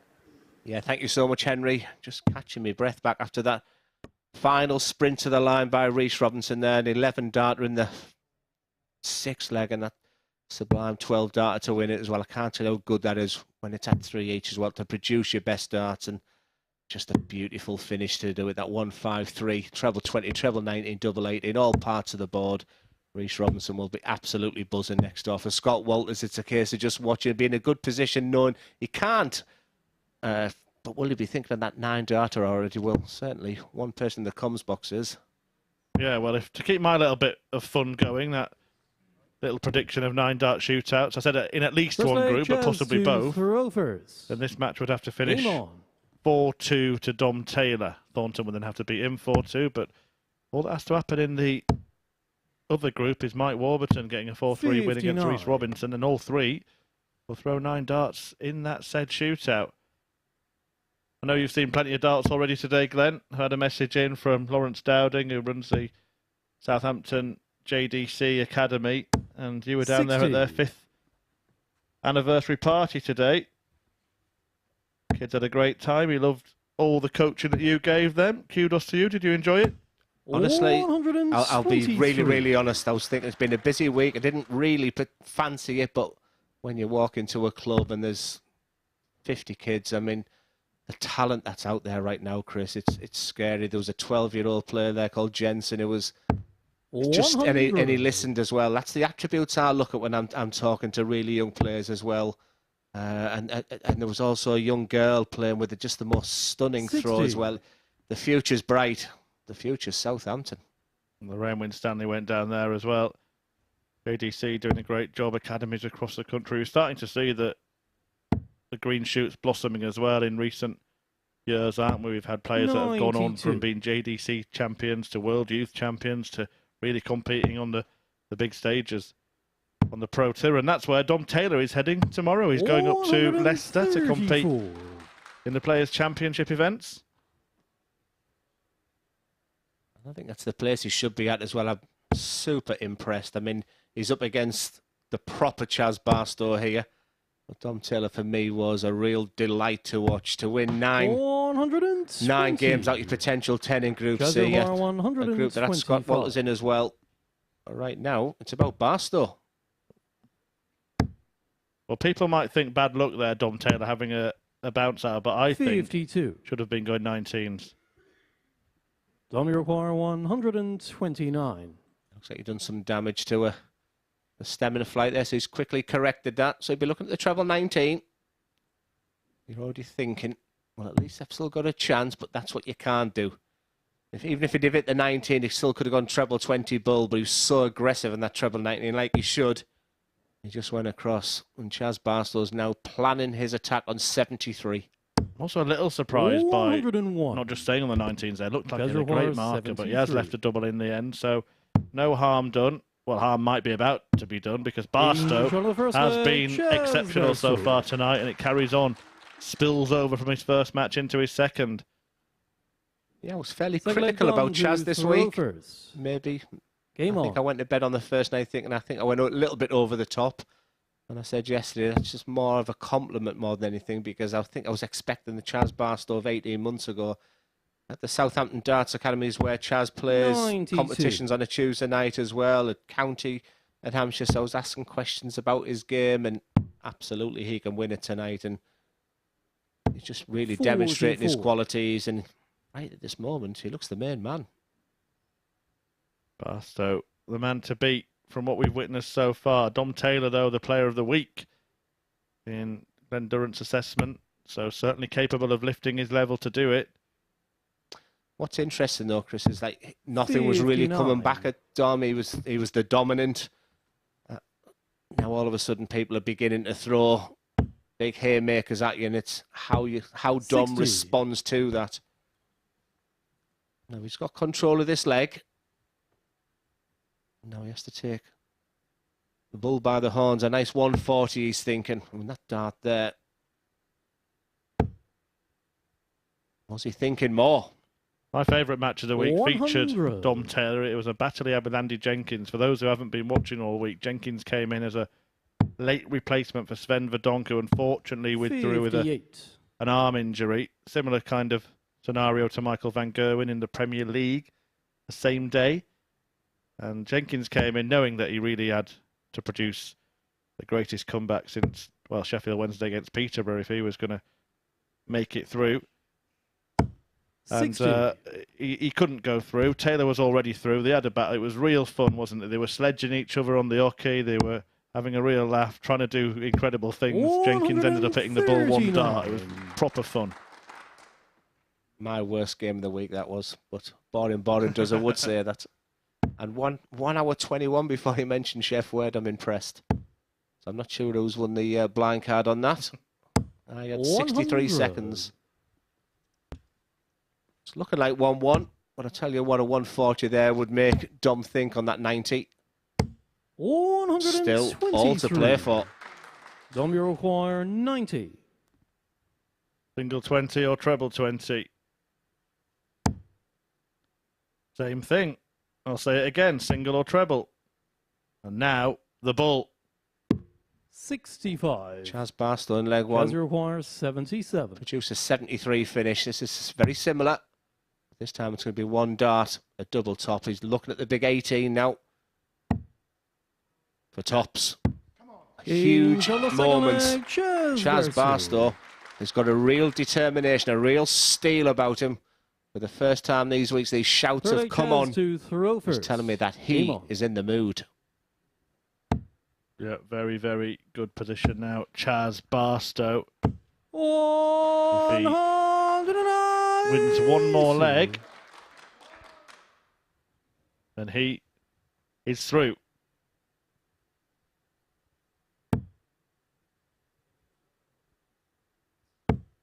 Remember what we said earlier, if a player finishes on 2 points and has a plus 60 leg difference, then they're guaranteed to be through. So Barstow now looking to win this one to seal qualification. Of course, he would want to do it with 2 wins, making sure he tops the group and everything.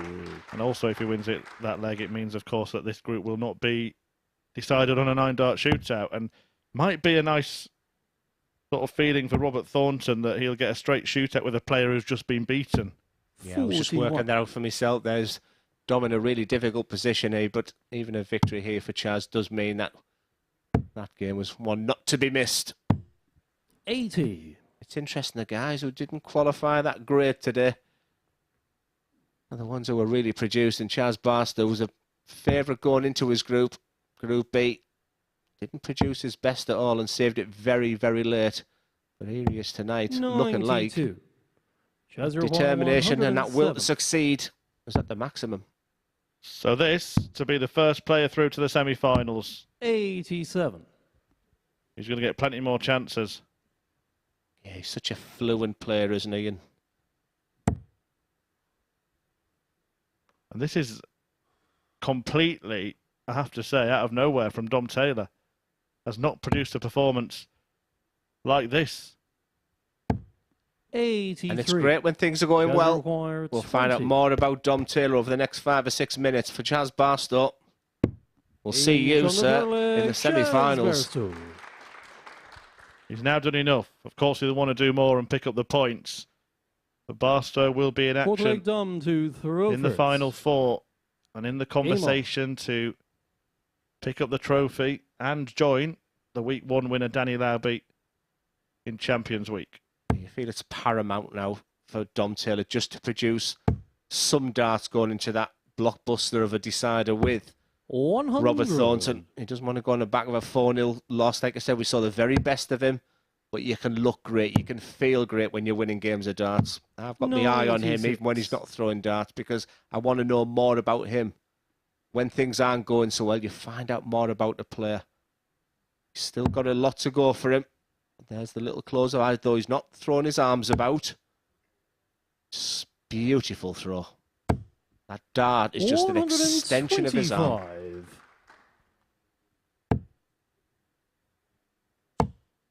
And tonight it's just timing, Chris. 120. Well, he can afford that now. And you said timing. Well, that's the time for something like that to happen, isn't it?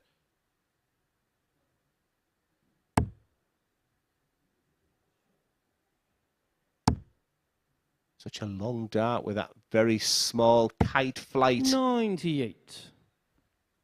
It did reveal that he decided to use brand new darts this week, Dom Taylor, in that interview. That's in itself a gamble, but it seemed like it paid off in his group games. Yeah, I always felt my best ever sustained competition was the World Darts Trophy in Preston. And I lost my darts in Germany the week before. I was absolutely devastated. A set that had got me through some big competitions, pulled a brand new set out. And yeah, played probably the best competition I ever played on. So ever since then, I've never had this obsession of keeping the same darts. 100. Dom, you require 118. Stay in the match.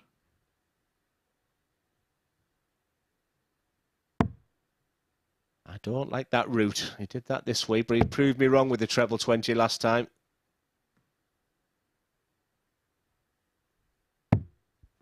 86. Fantastic setup by the way Chaz has played. 92. If he's nice and direct on this 92, which he is, it's an absolute demolition job.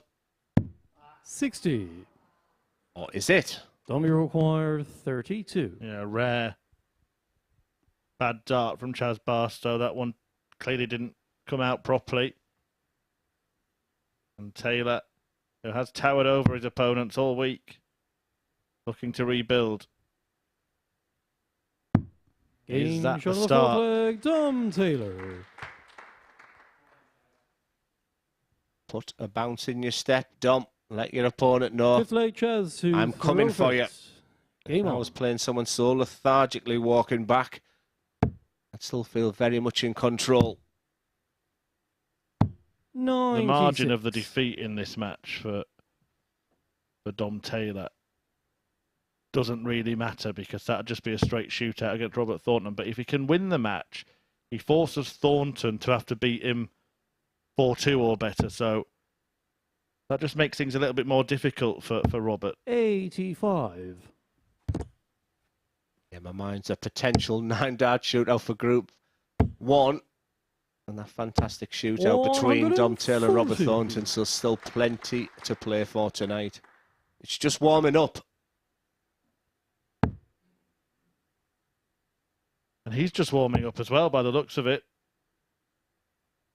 We spoke about 100. the Walters position earlier, you know, playing first and third, but Dom Taylor's got the polar opposite, fourth and sixth. 90. And sometimes it'd be a bit of a frustration to have to wait until the last. I mean, for example, Walters has played twice before he's played once. Well, I was thinking if Walters had a disastrous night, he could have been out before Dom Taylor had even thrown a dart. So I was the #1 seed in the BDO for a long time, so I used to like going on first, get in, make a statement, and get away from the venue. Was the way I used to feel. So I was always someone who liked to play first and lay that marker down. 59. I wasn't one for hanging around watching others. You do sometimes hear players say at the World Championships they'd rather be scheduled later in the first round so they're not out of the tournament quickly, but I almost think that's almost a negative attitude. You're almost assuming defeat. Yeah, open the show and just get away for a few days was always my 108. my plan of attack. The plan of attack for Barstow now on 108 is the 18s bed. Again, I've seen that quite a lot from a few players this week, sort of almost blocking the bed and then staying there. Often a lack of 72. versatility, adaptability. Dom, you require 84. But second best, 36 means this 84 is now a must hit. Let's see what you're made of. Potentially going to be a bull. And that There's just this little sign of inexperience, very aggressively go for the treble 14, so some might disagree with me there. I've seen so many players this week just hit the fattest 14 to give you an opportunity. Again, at the position of the match, when you have to hit to stay in it, maybe what Does has said is worth thinking about there. Single 14, guaranteed dart of the bullseye. Went aggressive, got his fingers burnt. Game, and that is the end of that. Chaz Barstow through to the semi-finals here on finals night of the Super Series. Dom Taylor will have a straight shootout with Robert Thornton. But before that, it's Reece Robinson against Mike Warburton. That's coming next.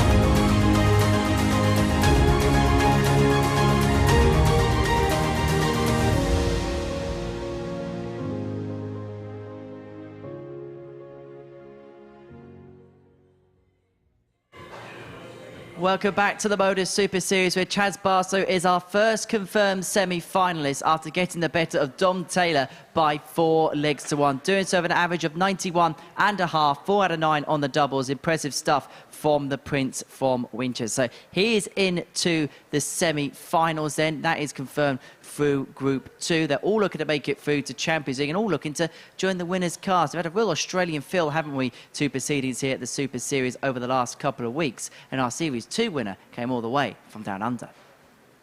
That does not guarantee that this one will, but the way that Clark has performed in this final when he's thrown first has been nothing short of miraculous. 12 weeks of darts, 12 winners, 6 41 down to the finals night, down to 4 for the semi-final, and now down to the last leg. If that doesn't sum up the whole thing about MODUS Super Series, nothing does. It's a marathon, this thing.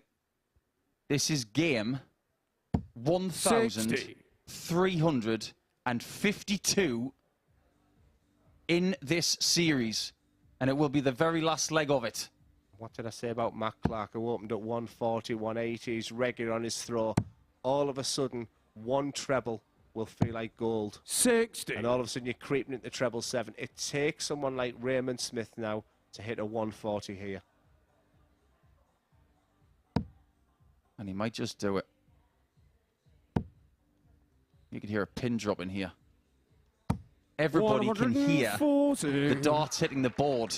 That 140 is one of the best he's hit this week, maybe the very best of the lot. I'm just trying to put you into the mind of the players. Matt Clark's now thinking, shake them off. What you panicking for? You're winning your darts. 100. Raymond Smith's now taking the dart. It's now a 3-0-1 game. Nico, what is going on? He's going to switch. Oh, he's not. I was convinced he was going to go to the 17s because previously in the week, that's what he's been doing. It's a great standard of a final. There you can see 3 180s in this final. And the averages are very, very healthy. But Matt Clark falters. Raymond, you require 161. And Raymond Smith has got 6 from here to write his name into MODUS Super Series history. Finally, I've called something right. I just had the feeling Matt Clark wouldn't have it all his own way after dominating his darts. 65. And that leaves a 2-dart combination. Matt Clark on 255. There's the breath. He'll feel like it's all away, but you've got one chance, Matt. The biggest 180 of your life right now. And all of a sudden now he's have to go downstairs. Now it's the connotations. If he stays there, he leaves a bogey. 134. That was a gamble. You require 96. Is the gamble going to pay off, though? Because Raymond Smith has the first shot for the title. He's going to stay straight and go for double 8 and win it! Raymond Smith is the man! The guru thinks his way to the end, and he gets it done! £20,000 belongs to him! The gamble of coming across the planet has paid off, and he will be on a flight back to Australia in a few hours' time, and he doesn't even want to keep his own darts. He's given them to a fan in the front row, but now he can afford a new set. The biggest paycheck possible from the MODUS Super Series belongs to the guru, Raymond Smith. Wonderful performance. So from one great Australian player to another, Mal Cumming has joined us up here on the balcony. He's been here with us over the last couple of weeks. First of all, how have you found the experience here? Yeah, thoroughly enjoyed it. Totally different to what we have back home. You know, this is new for all of us, Jez and myself, and Ray as well, as you just saying. But yeah, no, it's been really good. Everyone here, the production, everyone's been fantastic, and all the players have been fantastic. Yeah, really welcomed us in. How did you find the stage environment and things, and of course all those games back to back? Yeah, the stage is fantastic. You know, I really enjoyed playing on the stage. The silence got to me though. Did the dead quiet. There's something we're not used to, but you know, I listen to my own head, so that's crazy. But no, other than that, it was really good. Thoroughly enjoyed it. In terms of how you played, how would you assess the way you played over the last couple of weeks? Disappointing, but also happy at the meantime as well. My scoring power was there, but my doubling really let me down early days, which was disheartening. But when I did hit a good peg, well, I could prove that I can actually do it. What's the news been like about the Super Series back home? Very positive. Everyone wants to try to get across. The ADC is doing wonderful things over there, and giving us that stepping stone. And with Ray Smith winning his spot, we all want to emulate what he's done. So, yeah, it's good things. What sort of things are ADC Oceania doing? What's it done to give you maybe more tournament exposure, things along them lines? It's giving us another avenue to get across to the UK here. We've got the DPA that gets us into the PDC, but ADC's, it's new, it's upcoming, and the players are backing it. They really are getting behind it. The calibre of turn up, we're getting 100 players, which I know is not much for what you guys get here, but if you're not hitting 85, 90 averages, you're not in the show. So it's doing good things. And I suppose, again, it gives you that extra goal, that extra ambition to aim at? Oh, 100% it does, yeah. It's a second avenue now to get back over to the UK. Yeah, it's a big trip, but we're willing to do it. Now you've had a taste of Super Series life here. Has it given you that real itch, that real bug to come back again if you can? Well, put it this way, I was sort of had the retirement idea in the back of my head before I come across. But seeing what I've done and what's happened here the last 2 weeks, I feel like I can mix it with these guys. So yeah, there is that fire in the belly again, and yeah, I hope to be back. So if anything, the Super Series has given you this energy to actually want to compete even more and try and compete at the highest level again even more. Yes, 100%, yeah. And also, I've got to get Glenn Durrant out of my head. His 76, 72 avenues, it's all I hear when I'm on that stage. It's crazy. Glenn, get out. Trust me, we've been trying to do that for a long, long time. But I suppose going forward now, once you go back to Australia, will you be reassessing maybe a couple of goals, what you want to do now for the rest of the year? Have you got anything in mind potentially? Yeah, reassessing basically everything. I'll go back, reshuffle my practice routines, what I do. But yeah, it's just try and get back here. That's the goal at the end of the day. Well, it's been great having you. Just before we let you go, we're going to try your hand at a little bit of punditry now, because we've got Rhys Robertson up against Mike Warburton up next. It's our 5th game of the session. What do you think is going to happen in this game? I had Mike Warburton winning the first game 4-2 and he let me down. And watching Rhys up here the other night, he's throwing well. And he's 180 power is crazy. So I think it's going to be a close one, 4-3 to Rhys.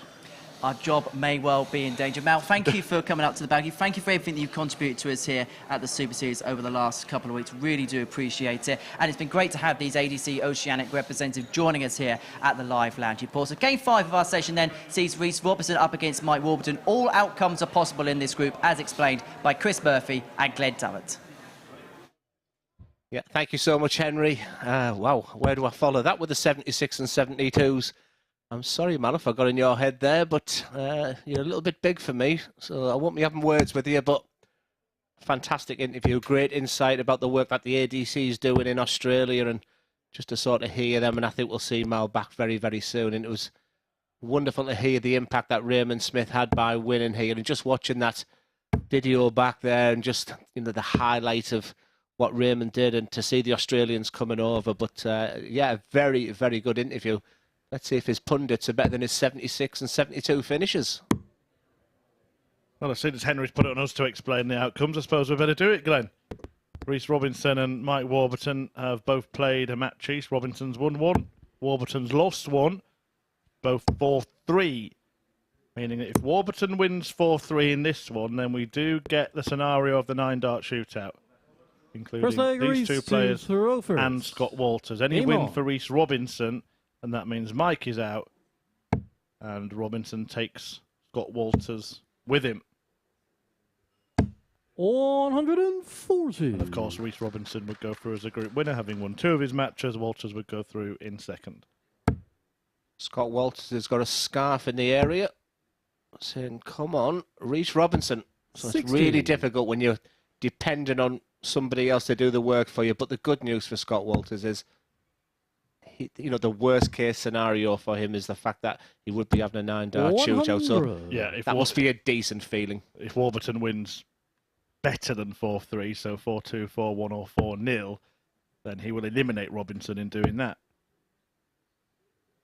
You have to say, though, it's Robinson that's looking rather sharp. And the Group A winner, 2 days off. I don't know, just what do you do? Do you practice in between them 2 days? Do you relax? Do you get the energy levels up? Be interesting to see what Mike did, but he's up against it right now. He's already 230 points behind just in this leg alone. 100. Raise your wire 170. Well, he doesn't have to go for this, but I guarantee if he hits 2 treble 20s, he will. I mean, you can usually guarantee that he does it 2 treble 20s, can't you? Rhys Robinson, he's that proficient in that department. Yeah, he's been fantastically good at the scoring phase, but there's real elements of his finishing as well, which has really impressed me. And he was the 7-1 outsider of the... Raise your wire 74. Of the guys going into Saturday night, but right now, have we seen a better player? Double 16. And that's the kind of area that I wanted to see him improve in. And he certainly is as well, because that 2-dart combination on 74, when you complement that with a high score and that he knows he's got in the locker, just makes him a very dangerous commodity. Well, his last 3 legs, Rhys Robinson, tonight have been 11, 12, and now 14, his first one in this one. So really fantastic. 60. Few legs for him across 2 matches. Yeah, Warby's a case of, I was 3-1 up, and it's just all gone badly wrong. He is so up against it right now. He has to find something from within. 134. That is so, so important right now. Like what I just said, it's an average of 122 across those 3 legs. Remarkable. Proper darts. 60. And the Rice smile is a real giveaway. And that's not what Mike's about. He has to knuckle down now. It's as simple as that. He's got to find what Rhys is doing. 85. Also, if Robinson wins this, we're going to have the scenario where the two players that the bookies placed as the outsiders have actually gone and topped their groups by winning both of their games. But to be fair, we picked that up on the balcony very early on. I mean, how do you pick a favourite out of this 6? I couldn't have done odds. I would have probably made it just 3-1 the field. There was nothing to separate any of them. 62. You know, the guy who's a qualified Chaz Barstow, Reece Robinson, they are that maverick type. They've got so much more to give. 11, 12 and 14, that's quite a norm for Reece. The problem with Reece Robinson and the problem with Chaz Barstow, they've got a C game. They do not want that to come at the most important time. Warburton responding quite well here. 60. You would make him favourite for this leg, despite the fact Robinson's first to a finish. But you want to get down to a 2-darter at worst here. 100. That's a really big last start. Reece require 160. They're all about the follow through, these two throws. Just that, let their arm do the work, like the mechanics of a clock. Tick tock. And these two do it as good as anyone. He's barely touching the dart, Mike. He just caresses it in his fingers. Can he caress it into double 12? Yes, he can. Questions were asked to Mike. I was beginning to doubt because Reece Robinson was looking good. But Reece Robinson has got the tendency just to go off the boil for a second. And Mike Warburton will be all over that. I mean, Reece is dominating the stats right now, but the most important one, it's level. Yeah, and it grows ever closer to that prospect 95. of the shootout. 3 players back on stage. Remember Mike Warburton needing to win this match 4-3 for that to happen. If it does happen, surely Warburton goes into that, the sort of player with the biggest spring in his step, having bailed himself out in the last minute. And is it Scott Walters who would kind of be suffering the worst, thinking that the worst outcome has somehow happened to him? 60. Yeah, then you start looking at the player's attributes, and then the word bottle comes into it. When you're looking at 9-dart shootouts, it's, yeah, you can put everything out the window. It's just a totally unique scenario, unique situation, and really it's how you're feeling up there. Chris Mason, of course, was involved in one on the Champions Night that he got through to. We've seen a handful so far. One Richie Howson springs to mind when he needed a 25 to win and didn't go for it. That's what I mean. They're the different. It's a person who maybe has the clearest mind. It's not also always about skills when it comes to a 9-dart shootout. It's about what's within. And we've doubted Mike for a big part of tonight. He did race into that 3-1 lead, but at 1-0 down. And we're talking of Reece's last 3 legs being 11, 12 and 14. 60. Just quietly but effectively just getting on with his job. And this would be for a breaker throw. You're looking to set it up. Yeah, good chance 60. now for Warburton. And the complexion changes all the time, doesn't it? Because suddenly if he breaks, he's 2-1 up. And then has the chance to have a 2-leg gap. And if he beats Robinson by more than 4-3, then he will knock him out. Mike requires 78. This is why we love Saturday night here at the Live Lounges. Big fat 20. 1 dart at tops. 38. Reece require 105. For Reece to remain firmly in control of his own destiny on this big night. Surely tops. Yeah, that's his preferred method. 47. But if I was ever working with Reece, he would stop that with immediate effect. Well, a bit of an odd last start. Obviously not intended to go where it went, but it just needed a solid single 20. 20. And it means that instead of getting 3 darts at double after watching Mike miss 3, he's only going to get 2. Remember that moment. In fact, he's only going to get 1. 38. And that's why that moment may not need to be remembered, Mike because Reece Robinson 20. has not given himself the best chance of punishing Mike Warburton there. From the sublime to the ridiculous for Reece. Been positive tonight. But Warburton has to put this away. Do you want the door, Mike Warburton? Mike Warburton. And you need to start hitting them doubles. That's a sign of a champion. When they're going in last start, no reaction. Fourth leg, Mike. Just a big intake of breath. That was a big moment. When he missed them darts to tops, very nicely thrown. I didn't expect Reece Robinson to miss. Not only did he miss, Warburton comes back and has one dart at that double 10. Big moments. 100. And I am thinking, boy, 9-dart shootout. It might have just got less likely with that breaker throw because 60. Warburton, if he holds firm here now, will win by more than 4-3, won't he? And that would eliminate Reece Robinson. A 4-2, 4-1 victory would see Warburton progress alongside Scott 58. Walters. And it's another lesson learned, you feel, for Reece Robinson, if that is the case.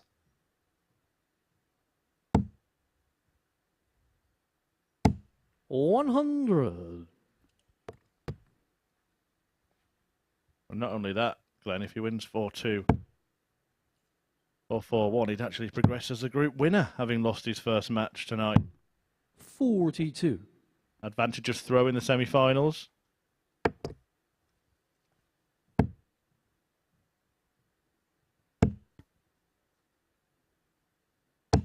$140. But there's still plenty of darts to be thrown in this match yet. Yeah, there'll be lots of ups and downs, so many swings and roundabouts in this type of scenario right now. I'm just enjoying every second. You just feel the tension on a Saturday night. I promise you, come the semi-finals, these guys will be relaxed. Then you start seeing the prize. 60. But these two groups are so tough. They'll feel confident in their own ability when it's 2 from 3 going through, but it's just a total different reaction when it's a total shootout. 55. So many twists and turns still to go yet. Well, let's start with a big 1-4-1 for a breaker throw. 89. 1-4-1 doesn't go. The 1-4-6 though to fend off the break.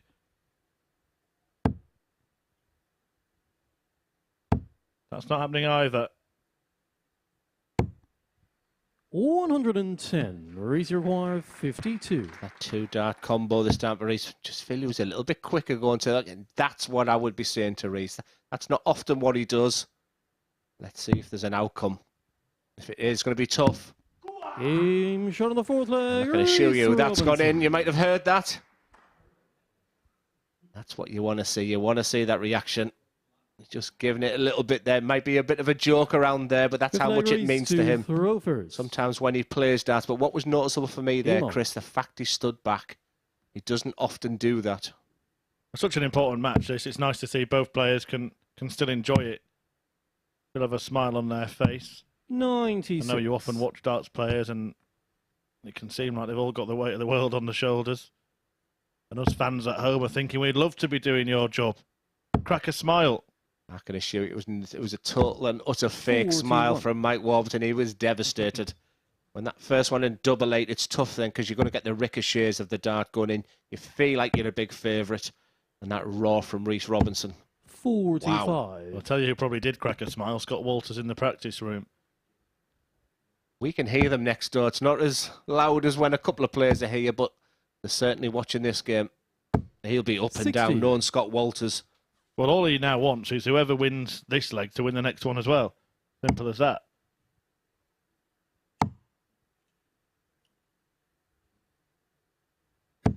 $123. Tony McNamara doing a fabulous job at referee. Great find with unearthed some real darting talents on the hockey at the MODUS Super Series, but I think that's another fantastic find off it. 100.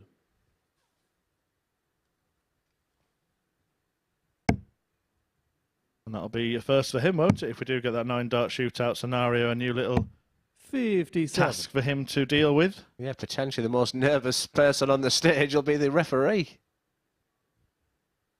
Right now, Robinson's beginning to take control. I've asked for Warburton to start kicking him with more 140s, turn them tons just a little bit. You just felt he was fantastic in Group A, but if you're going to win a finals night, we need to see more ton 40s from him. Once again, 9 scores of 100 for Warburton. But he's just not transferring them. 120. We're in a very, very safe. You might be thinking, why has he gone out the... But your mind is, don't bust. Don't bust.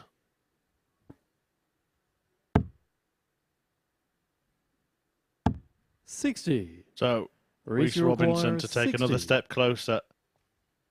To cross the line, and he's got Scott Walters riding shotgun. Game shot of the fifth Now, leg, Reese Robinson. He's turning around the last corner. 3-2 lead over Mike Warburton, and Robinson is one away. Warburton. Sixth leg, Mike to throw first. Simply game on. Up against it. Yeah, now we mentioned about the worst hope for Walters being the 9-dart shootout. That's now the best hope for Warburton. If you get our drift. 45. Yeah, that's not what he wanted to see there, a wayward dart. And if Robinson can pile in one of his big visits, Warburton could be up against it from the off. That's a nice tonic for Mike, looking up and 48. seeing that. Now is the time, Mike. Now is the time. You just feel something as you walk to the oche there. He's understanding what the situation is. 100. They were lovely thrown darts. Nice pace to his walk. He's in total control of the emotions, even though he's right up against it now. 135. Really quick last dart. That snapped straight into the treble 20 as well. And that's a good sign for Reese that he's relaxed. He's probably put 2 seconds on the throw of his dart there. I'm liking Warburton right now. 109. You like that right now. 180 cards aloft, and Mike Warburton saying, 94. I'm very much still in this, and we might get that Saturday night darting drama at the Super Series. You're just thinking 100 or 140. The fact it's gone below, though, it's not the end of the world for Mike. He likes to just float it over. 100. Caress that dart through.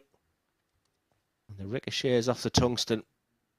Didn't stop it going in the treble 20 bed, but here comes Robinson. 140. Well, he even celebrated that before the last dart had landed. I thought it might be a 180, but it is still capital P pressure. And as Chris Mason would say, pressure is for tyres, and now this match is perfectly poised. Reece Robinson wins this leg, holds his throw, he's through to the semi-finals. Scott Walters goes with him. If Mike Warburton wins it, a 9-dart shootout will determine which 2 players progress from Group 1. The biggest 3 darts of the night. 100. Absolutely acceptable start, he'd be thinking to himself. Warburton, quite simply, 140 or better. Well, now he's thinking better, surely. Could not be more perfectly pitched. Drops low. 100. And only matches Robinson. And that's exactly my point about Mike Warburton. That first dart was so good. If he's going to get to the next level in darts, there have to be 140s. But a slip. 43. A real slip, a real opening here. And this could be on. I should just inform viewers that if a 9-dart shootout is required, it will take place at 10:10 before the semi-finals. 100. And there'll be a bull-off between the 3 players. Whoever wins the bull will decide their position, whether to go first, second or third. Whoever's second in that will then decide theirs, and the one with the short straw will just be put wherever they put. Just remember that treble 18. Warburton was just taking control.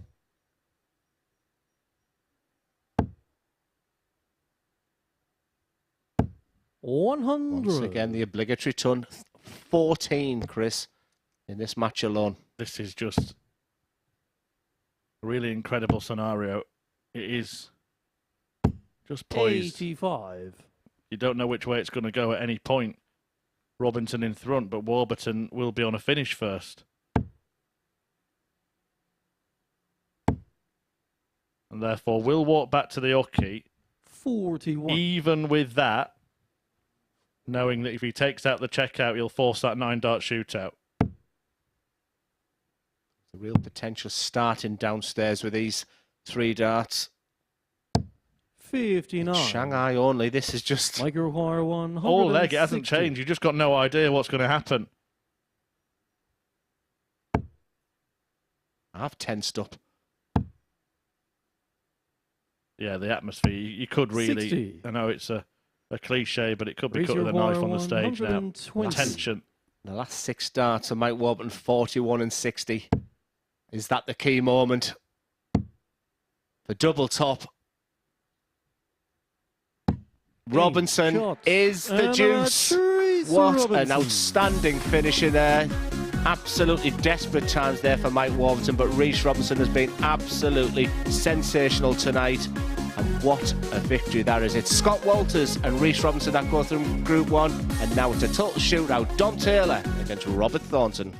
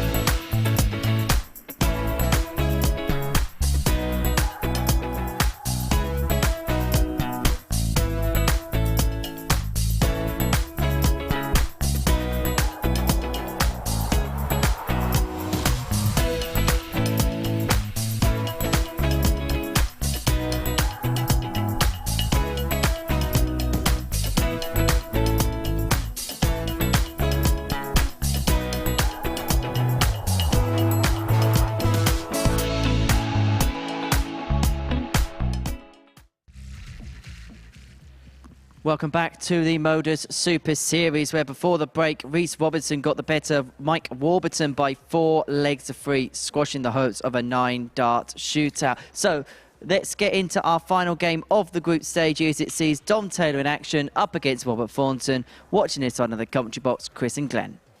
Thank you very much, Henry. Yes, it is now a straight battle. No need to get out of the abacuses and tease potential drama here. The drama will happen in this match because both of them lost to Chaz Barstow, meaning whoever wins this one will join him in progressing from Group 2. Will it be the Bristolian Tower Dom Taylor, a Development Tour winner who's heading straight after this to play on the Pro Tour tomorrow, or a man who's picked up multiple professional titles and 2 World Seniors Championships in his, well, semi-retirement, Robert Thornton, who will bounce back after being beaten by Barstow? I think for the first time really tonight, Glenn, I'm going to put you on the spot.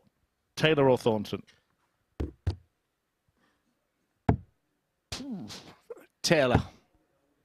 I'm just, and based on who's thrown first there, it's Group B winner against Group C winner. First leg, Dom to throw first. The bookies at the beginning had these two as first favourite and second favourite. I mean, there's not a lot. Just a bit of magic here and there could be the difference. But I'm just sort of reeling from that previous result there, that Rhys Robinson, Mike Warburton, the twists and turns of that final leg. I mean, I know it's wrong. But as a neutral, well, I would love to have seen the 9-dart. It wasn't perfect for the dart players there, but at all the tension and all the anxiety that you expect the MODUS Super Series on a Saturday night. But it's Rhys Robinson and Scott Walters we'll see in a semi-final. We'll also see Chaz Barstow. But it's a real pick-em between Dom Taylor and Robert Thornton. 60. Steady start from both. Thornton just looks like he has the bit between his teeth right now. He's someone who's just biting at your ankles. I've played him many times. I remember a real 6-5 against him. I was at my best in 2019. I remember beating him on a double 19 as well. It was just a real pleasure to be with him against the silky smooth. Just look at their arm. You might as well just put them in the dartboard. That's how tall this guy, how long their arm 60. is. But look at the way the fingers touch the floor at the end of it. It's silky smooth. He's got all the fundamentals to be a great player. Well, we talk about Robert Thornton's big 140. achievements. We've reminded you of many of those throughout this week, including that 9-darter at the World Grand Prix when he finished on 161. We'll be looking at that in a moment, but it's the other stuff he did as well, Glenn. So many professional titles in both the BDO and 140. the Robert Require, PDC. 161. When he hit this 161 for a 9-darter, that was after James Wade had hit one against him, and that still only happened 81. in the same match once. Romeo Require, Remarkable. That was double start. 107. Just one of them moments what you're watching and you don't forget. Yeah, but 8 These Pro are the- Tours as well, Euro Tours. Big moment, though, for Taylor. We've talked so highly, but it's all about moments like this, and Angel on the that first leg, is the Dom good Taylor. to the great. That's an outstanding finish under the circumstances. 25-year-old learning on the job, Second leg playing a over real to legend of the Rovers. game. Game on. Fantastic finish, Dom Taylor. And he will be, you know, he's got to show some 135. character tonight. Yeah. Dom Taylor, after playing arguably his poorest performance of the week in his first match, he's got to bounce back from that.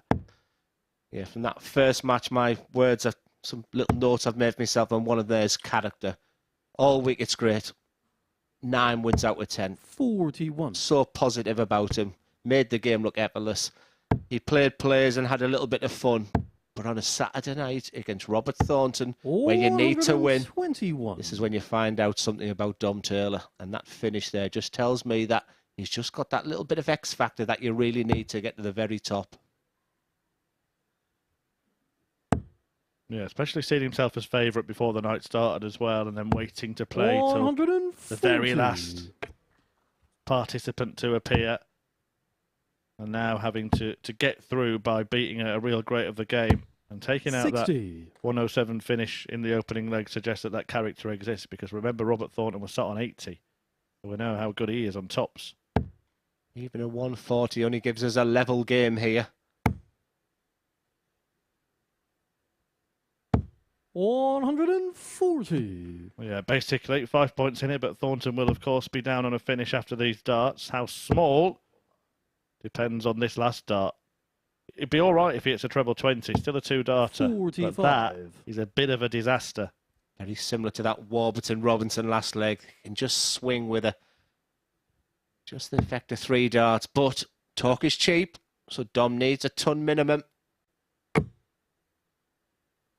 Oh dear.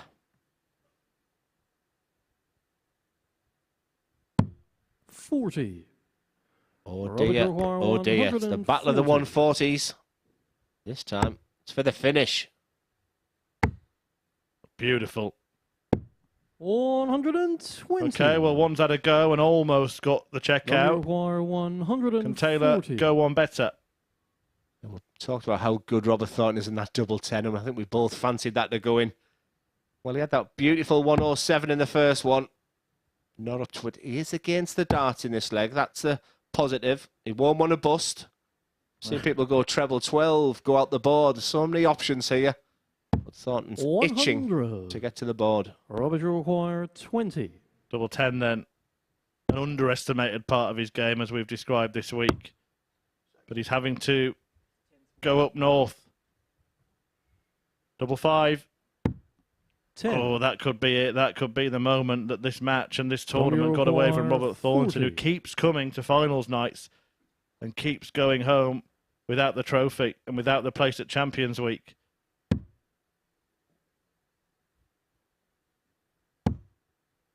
There's his markers. He Game was from the so second aggressive leg, on that Dom last dart Taylor. there. And Thornton will be furious because the first dart was wild. The second one at the tops wasn't aggressive enough. Third leg, And just for Dom that to last dart, just look what he's doing there. That's really Game good. on. Very mature for a 25-year-old.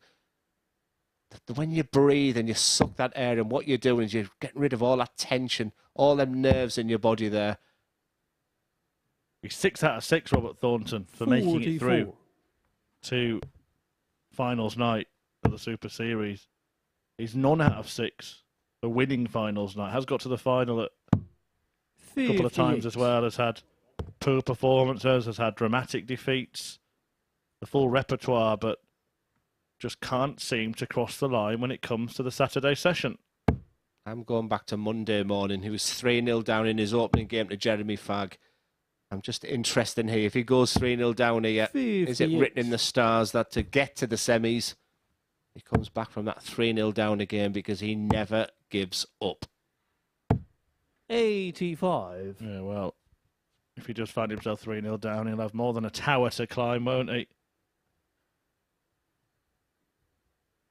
It'll be a tower on top of a tower on top of a tower. Tension is palpable. That's been one of those nights, hasn't it, where there's just been that feeling of nervousness in the air, a bit of angst on the hockey. 100. The only one really, even though Reece Robinson's got through with 2 wins, the only one really that's just looked dead comfortable and sort of strutted his way through the night is Chaz Barstow. Absolutely. And has the highest average of the night, and just he's the guy who stepped up. Is the fact that, you know, his family and friends are right behind 59. him. It may be interesting to hear from him at the end of the night if he is successful. But he has been a different player. Sometimes when you get through the back door, you think maybe, just maybe, it's a different route, like these two cruise through their groups respectively. And the guy who's taking his darts now, 9 out of 10 wins, he looked the real deal. Well, this would be the first little step back for Robert Thornton. A break of throw. 92. Suddenly, Robert require 118. The incline does not look as enormous, but that's difficult to navigate. Yeah, you can see a shake of the head from Thornton. He'll go treble 18 now, but still has left himself on 60. Taylor has a go at the 148. Yeah, what's important is left the 2-darter. 148 is still outside chance. It'd still make Thornton a favourite.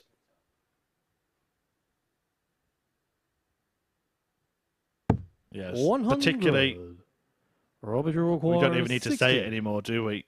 How good he is on this double. It's not there tonight. You can have all the experience in the world. You can be your best double when you're 2-0 down in a best of 7. Even the greats feel it. And the legend that is Robert Thornton. He's just shown signs of distress as Dom Taylor's 2-darter double 16 to take real control of this match. And real control it is. The obligatory fist pump. He'd be feeling good about himself. Advantage Taylor. All to do with Thornton. But remember what I said at the beginning? On Monday morning he came back from 3-0 down. It's what Robert Thornton does. Will that be the conclusion of this story? 134. Would be some way to bookend a week's pursuit, and it would open up another chapter. But surely even this is too big. Particularly because he hasn't shown signs of it, has he, tonight? He's not shown any sort of 80 sort of reminder of the Robert Thornton of old. Is it fair to say he hasn't shown it all week? Even when he dominated Group B, we still felt he's got 2 more gears to go Saturday night. Are we expecting too much? And he's in great form, you know, once again dominant at the seniors this year. He is one of them players who very comfortably could still be a professional player. These are the up-and-coming players. And Dom Taylor has no fear. He has absolutely no fear as he hits the 180th 80 of the week. With almost a resignation on Robert Thornton's face, but also a freedom in the throw that actually, I've heard it said many times, players start to play better.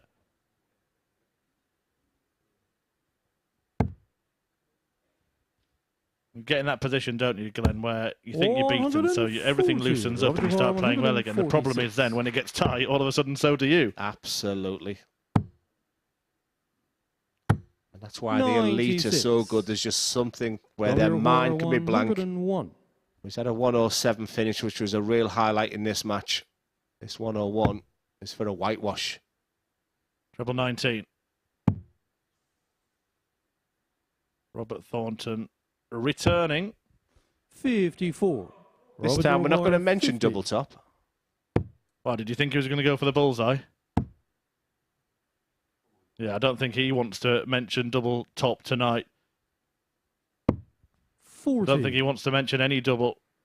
because it's double toil and trouble, and now Taylor can take out the 47 to send himself soaring through to the semis. Look at the big 15. A little bit close there, still feeling it. That's how much it means to these players. Sharp and take a breath, reset, double 16.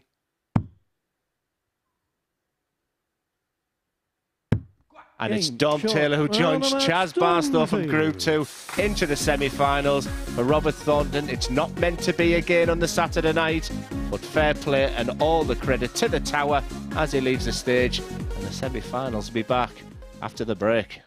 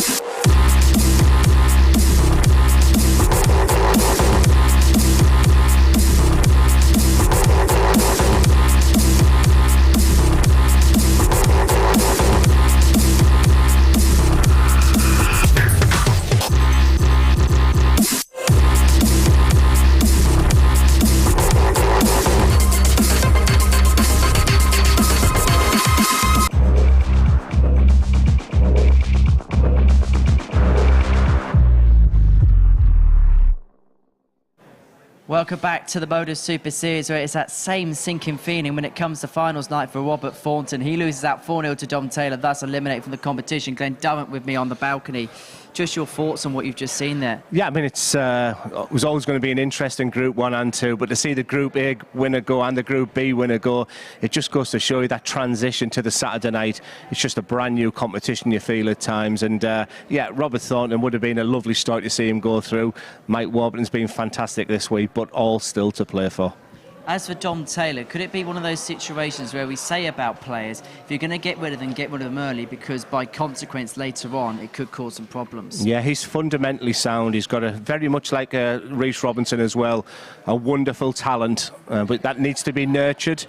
And, you know, to get through something like this is a big part of their stepping stone for the journey. I mean, tomorrow he's playing at the Pro Tour. That's how good Dom Taylor is. And he could do it possibly as a Super Series weekly winner. He's going to join Chaz Barstow through to the semi-finals in Group 1. Well, you nearly got your 9-dart shootout, Glenn. Yeah, I mean, like you say, you try to be as biased as you want to, but it would have been so interesting to see that. And the fact that Mike Warburton, he was so good in Group A. I didn't want to see him go out with 2 losses there. He looked a pretty disappointed man, whereas Robert Thornton looked absolutely furious as I walked through the players' area there. He ain't happy.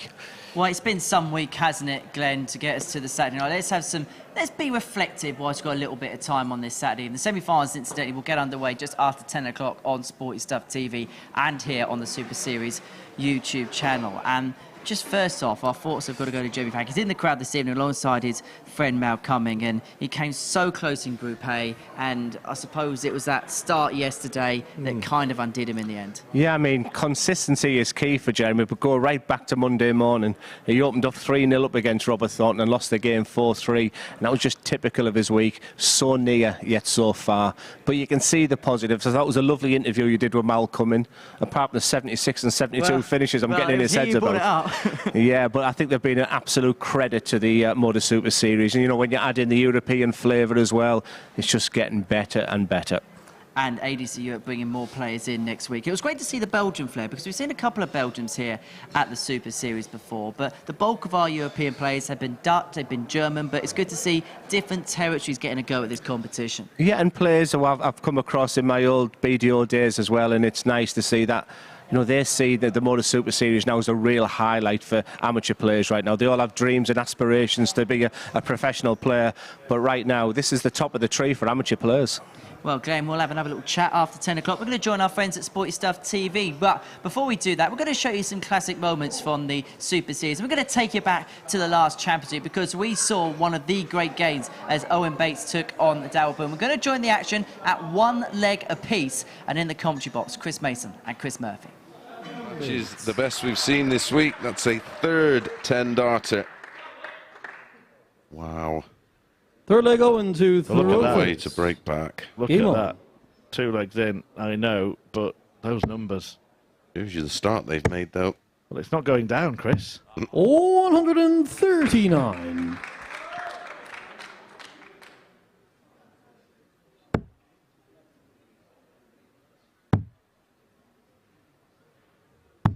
$96. Well, we've promised something special, and finals night on Champions Week is already delivering.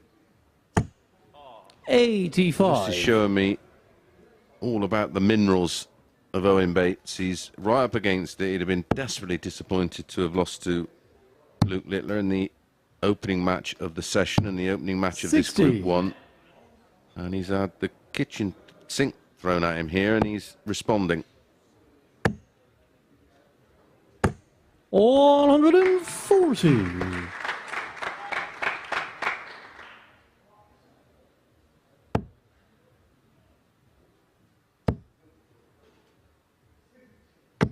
$50. On your wire, 137. To go in front after Pilgrim set off as if he was unbeatable. Bates has said, you know what, I'm not having this. He's having that. Some of that. Back to back. 12 darter in leg 1, a 10, and now another 12 for Bates. To throw first. Game on. We said he might have to reach levels that he's never reached before. After 3 legs here, he's averaging 121.5, Mace. Record breaking territory. Well, yeah, not just for here, not just for him, but for any broadcast darts match. The record's 123.5 now, I believe. Peter Wright in a Pro Tour against Christoph Ratajski, beating the previous best of 123.4 from MVG in the Premier League.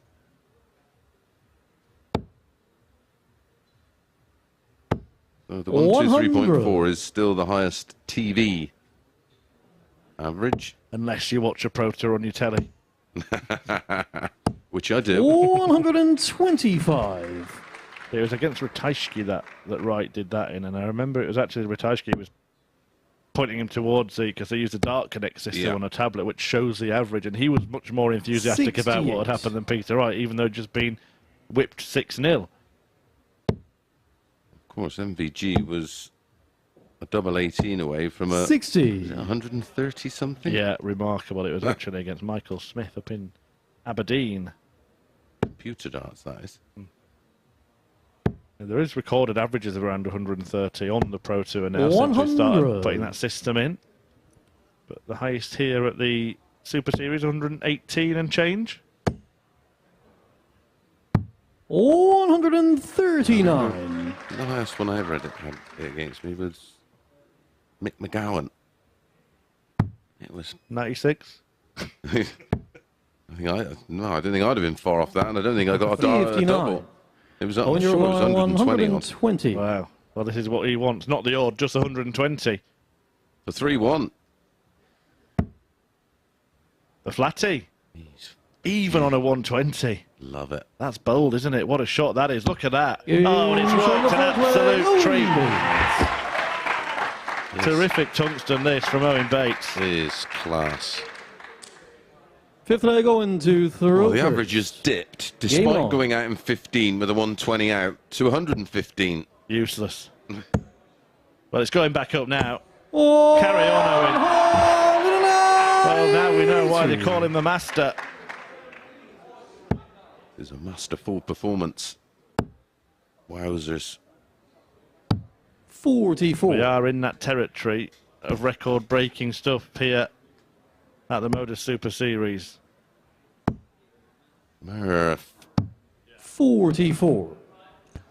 He can't hear me. The darting gods can. They're tuning in. Well, it's darts from the gods from Owen Bates, isn't it? 60. In a church. And it's a win that will actually put him back on a level leg difference if he does get it done 4-1. 123. And puts a prospect of a potential 9-dart shootout in this group. Yep. And if he does get over the line here and wins 4-1 and then Pilgrim beats 95. Littler On your 4-1, wire 154. exactly what we got. Can you remember back to leg 1 when Daryl Pilgrim was on a 9? What's gone on?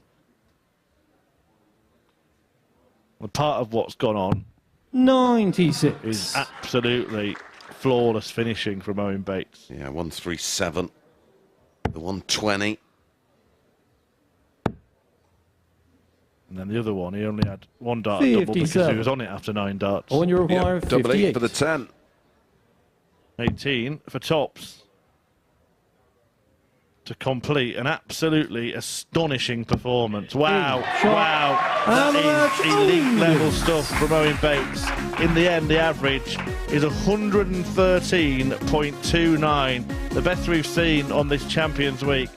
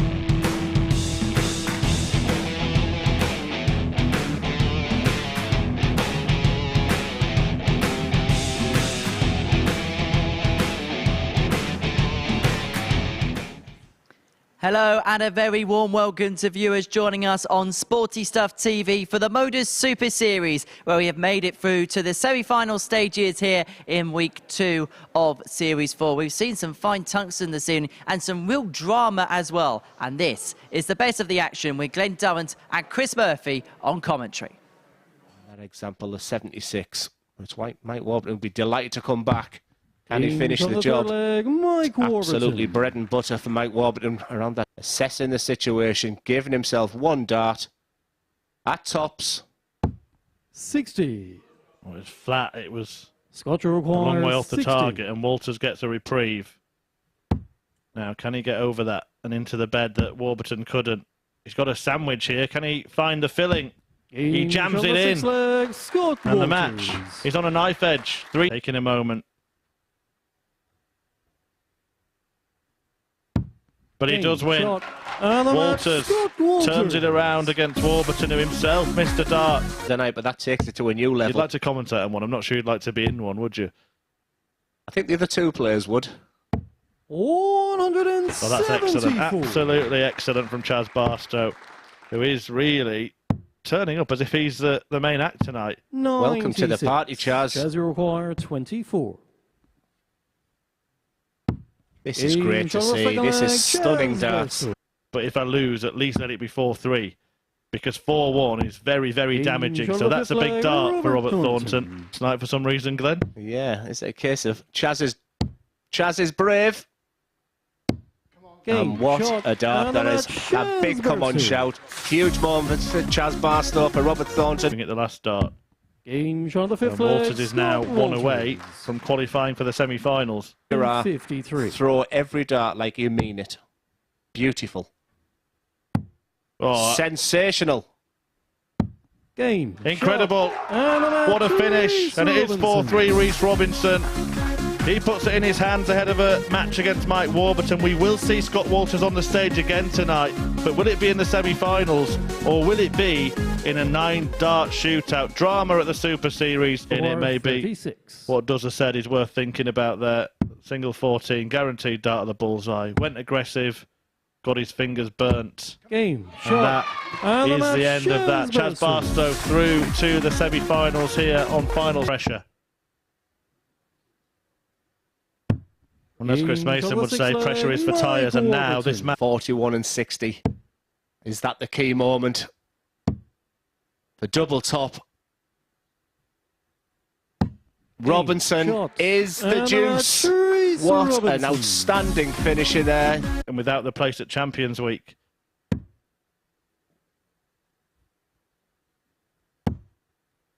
There's his markers. He was so aggressive on that last dart there. Look at the big 15. A little bit close there, still feeling it. That's how much it means to these players. Sharp and take a breath, reset, double 16.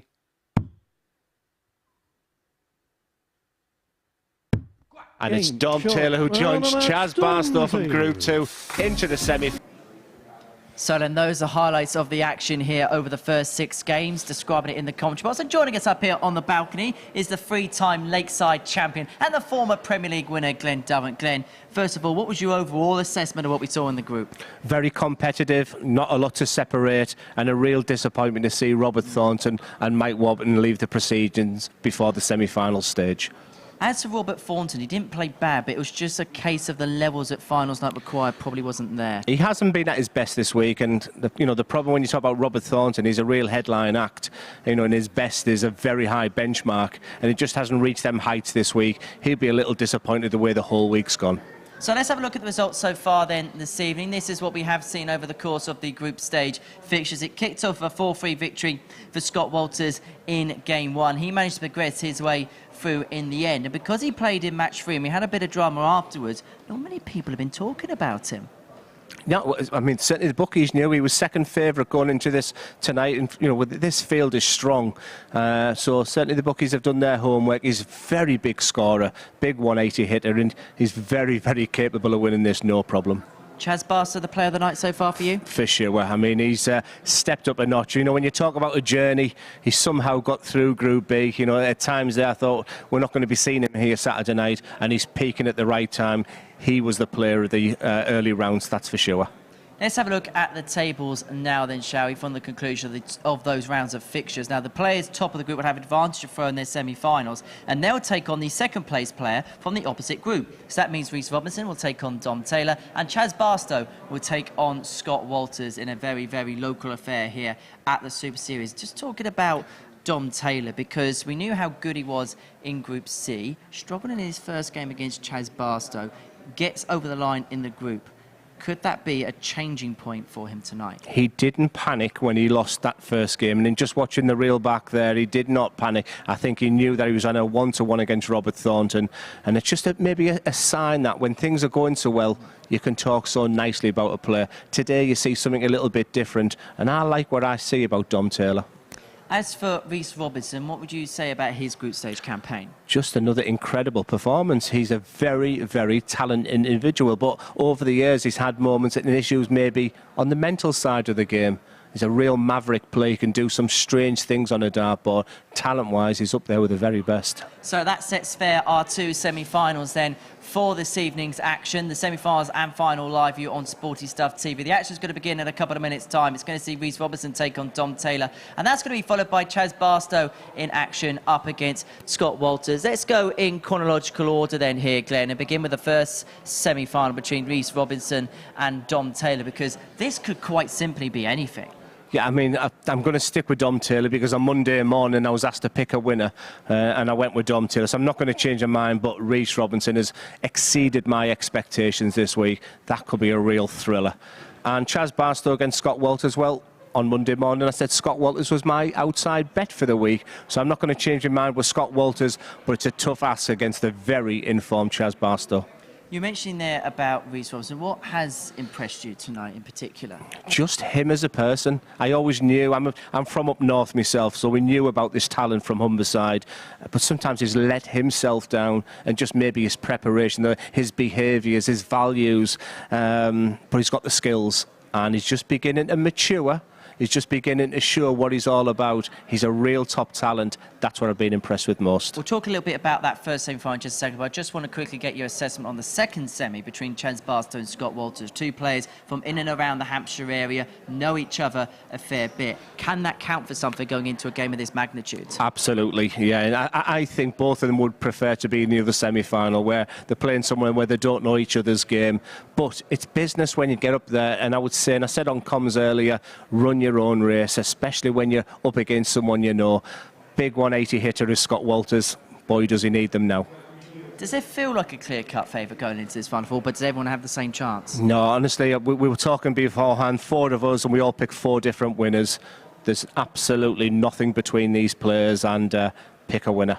Well, our first semi-final, as you mentioned, features Reece Robinson in action up against Dom Taylor. Now, he said in his interview that first things first, he wants to get out of the group. He feels like he had some retribution from last time. He's done that. Can that now give him a little bit of freedom? Oh, absolutely. Now they're all relaxed. Now we will see the best players. I mean, the highest average didn't scale the massive heights. I've got a feeling these semi-finals are going to be stonking. We most certainly hope they are. So, 3 games to decide who our weekly winner is going to be, and who's going to join Danny Lauby, the precocious American, into Champions Week at the beginning of August. Glenn Dowen is going to make his way down to the commentary box to describe all of the action in the company of Chris Murphy. Hello, Chris. Thanks, Henry. Yes, here we go. Semi-final time at the Super Series Saturday night, and it does not feature a couple of the players you might thought it would. Robert Thornton didn't win a match in the group games. Neither did the Group A winner, Mike Warburton. It is Robinson, Taylor, Barstow and Walters who will fight it out in the next couple of matches to decide who gets through to the final, and then the winner of that will indeed join Danny Lauby at Champions Week, the second name on the list. And the first of those semis features this man, Reece Robinson, now 31 from Humberside, former winner on the Challenge Tour in Professional Darts Corporation Darts. And Dom Taylor has won a Development Tour title, 25 years old, from Bristol, the Tower powered through Group C earlier in the week. Reece Robinson First leg, Reece came through Group B. Game on. Danny McNamara is the referee, and Glenn Durrant's just sat down alongside me. And he's a little bit of a stat attack for you to start off the semis, Glenn. Not a single player from Group A has made it. 100. Wow, that's incredible. Like I said, I did feel for Mike Warburton because sometimes when you win that Group A, you feel like it's job done. Has them 2 days been to the detriment? But he's up against, I mean, there was not an awful lot to separate these guys as they walked in tonight, and it was a real pick-em for me. I think they're nice and relaxed now. I think we're going to see some fantastic darts. Two great talents in your picture here. Yeah, absolutely. Reece Robinson, well known for that power scoring, particularly the maximum hitting. Look at that. The peacockery, the arm stayed out. And that's a sign you're feeling good. That's a sign you've been putting a little bit of an exhibition on. No tightness at all in the body, and that's a great sign for Reece Robinson. 98. Was the bookies joint outsider with Chaz Barstow. Both of those players have won both of their matches and topped the group. Dom Taylor was the favourite, and his position was precarious until he 60. enjoyed that fantastic whitewash win over Robert Thornton, who leaves here unhappy once again on a finals night. Yeah, an odds setter I am not, but I'd have had 3 to 1 the field. All 6 players, I couldn't pick one between them. I mean, even just talking before the competition tonight, 4 of us, we all picked 4 different winners. 160. That's the kind of night we're going to get tonight. So what you're thinking, what's the difference going to be? Well, just maybe just a little bit of magic. Is it going to be how you react in certain circumstances when it gets really at that point? Who has it? That real X factor. Well, the next couple of hours will tell us 99. exactly that. Yeah, it's remarkable just going back to that point. Half the field, of course, playing Group A. And I mean, it would have to scour through many weeks of stats, but I'm not sure that's ever happened before. 59. And it was such a great Group A as well, with Robert Thornton, Warburton, Jeremy Fagg as well. I mean, it's double 16 for Robinson. Perfect cordial. Reece Robinson is playing excellent. He's at real top of his game, and I'm just seeing levels of maturity that probably has lacked, maybe just curtailed his career slightly. And if he's got the right people around him, I have been speaking to, part of his group as well overnight, and I think, that they realise there's work to do for him, but boy, the talent's there. And your cordial line didn't go unnoticed, Glenn. I used to do the puns around here. I've had to dilute them now with Durrant alongside me. Well, I did say Robinson the juice earlier, got nothing, but I had some great ones for Warburton, but he couldn't win a game. On the bread line in terms of points tonight, Mike Warburton. He's toast. Who will get the door? I've been so impressed with this guy. He won't panic the fact he's 1-0 down, but these are 2 young guys, a real talent. 174. Just beginning to get the best out of each other, and the stats confirm that. We haven't seen record averages tonight. You could sense the tension in the players. 60. But boy, once they get to the semi-finals, the shackles are off, and they're letting loose some beautiful darts right now. Yeah, you said you wrote down a word earlier about this man. 139. After that defeat, that bit of a shock. He would have been a bit shell-shocked, I think, waiting around to be the last player to play, having dominated all week in his group. To then get hammered 4-1 in his opening match, Dom Taylor. You said 88. character, and he's showing that in abundance. Yeah, and I just watched the highlights coming back, and he didn't panic. He was very magnanimous in defeat to Chaz Barstow, and I think he went back knowing he had a 1-to-1 match with Thornton. 56. I thought he handled it tremendously well. Just look at the arms on the pair of them now. They're just so relaxed. There's just 81. no tension around the shoulder, just free-flowing. 32. And I think it's a case of best man wins here because they're both playing right at the top of their game right now.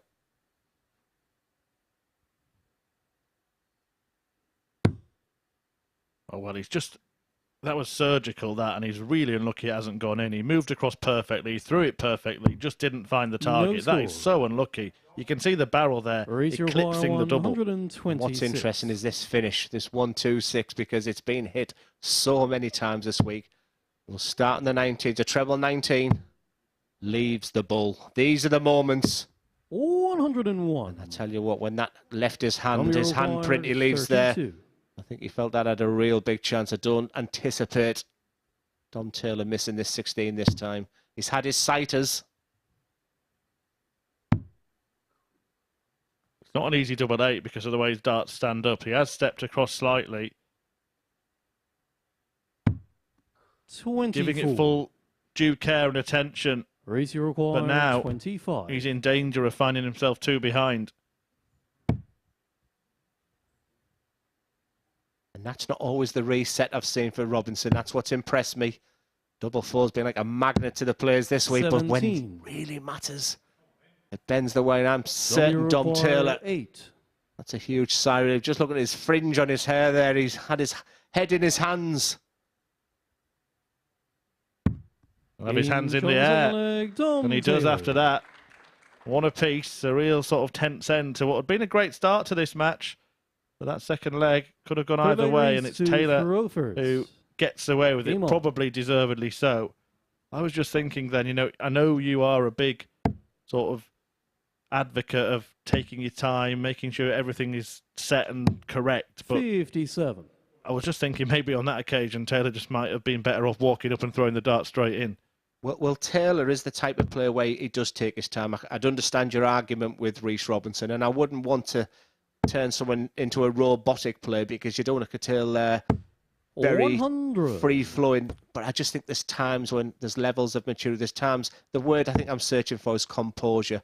Yeah, I think you are right, horses for courses. But 125. certainly don't want to allow time for doubt to creep in. That's the danger, isn't it? Overthinking's terrible in this game of darts. But these young lads, they don't have a lot of scar tissue. They haven't been through too many disappointments.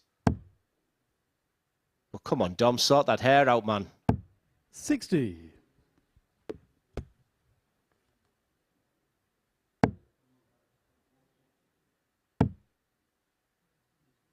Can he produce it? 125. The hair-raising display from here. Often we do see at the Super Series the standard just lift off into the semis and finals. We have some great performances at the later stages after some really gritty groups. Yeah, you do feel like 60. You do feel like the hard work is done when you get through the group stage, and like I say, you can just relax a little bit more. And the only thing that's been disappointing in this match was the missed dart at a double in that second leg. The scoring's great. 6 scores of a ton again for Rhys Robinson, a 180. 5 scores over 100 for Dom Taylor. They'll be fairly happy where they are in the treble 20 bed, and they'll get better as the game goes on. It's just when it comes to them moments when you get dart at a double, I think that's the difference between these two. Who's got that little bit of magic when needed most? And that is not acceptable. Don't miss the big number. 14. Luckily, Taylor not on a finish, but he does now have the opportunity to pile on some pressure. Don't miss the big number when Glenn Durrance in commentary. It's my pet here because they're too good. The target's huge for these guys. But does that make you the new Rod Harrington? Or is he the same? Yeah, that's a bit of a catchphrase of his. Don't miss the big number. Race you require 40. I'll be changing that. Tops for Robinson. Gauge on the third leg. Come on, he shouts. Does it mean anything to these young lads? That response there, he's talking to the dartboard. He's trying to get that adrenaline through his veins because he's one of them players. Some players are so relaxed when they're up there that they don't want to get excited in the body. They're trying to keep the heart rate down. Rhys Robinson's that one of them ones where he needs it. It stimulates him. It makes him feel a better player. 52. Is it any kind of psychological advantage? That's easy for me to say. That this man 140. hasn't lost the game tonight and his opponent has. I don't know. I think it's like a fresh start for both. But, you know, Rhys Robinson's back on the averages. He probably expected around about the 94. The big disappointment for me here is Dom Taylor's just shy of 80 60. average. And that's a big dip of where he's been. Like I said, he'll have enjoyed all the plaudits. The commentators saying, what a great week you've had. But it's about these moments. 96. I always felt if I could get to a semi-final stage, I'd go on and win the tournament. That was my mentality. So getting out of a group stage, you can understand how difficult that is. That group stage tonight, you just felt the tension in every dart thrown. I just think the person who relaxes most, or the one who wants that desire of getting over that winning line could be the deciding factor.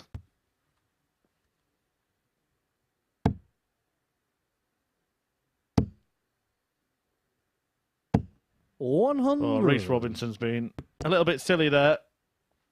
You said your pet 8 is missing the big number. My pet 8 is miscounting, and he's scored 100 to leave a bogey. Like I said, that's just a sign to me that he's... Yeah, you don't want to think, but just a quick look at the too experienced not to. He's going to get 6 starts. He hasn't been... He had a couple of options. Could have gone 18s with the last start. Could have gone for the buddy. Could have started on the 19s, which would have been even better. He won't do any damage in the end. You assume. He's got away with it.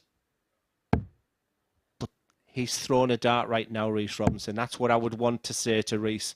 The preparation and the process starts while Dom's throwing them darts. You walk to that Rocky.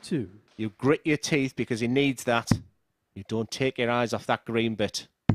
Execution at its finest. It's 3-1 Robinson. It's advantage to the Humberside man. Yeah, and there is no doubt that he's been the better player in this semi-final. He's bossed it, really. To throw first. Totally dominated. Dom. And that is apparent in the averages. 13 points between them. 2 legs between them, and Robinson 1 away. 81.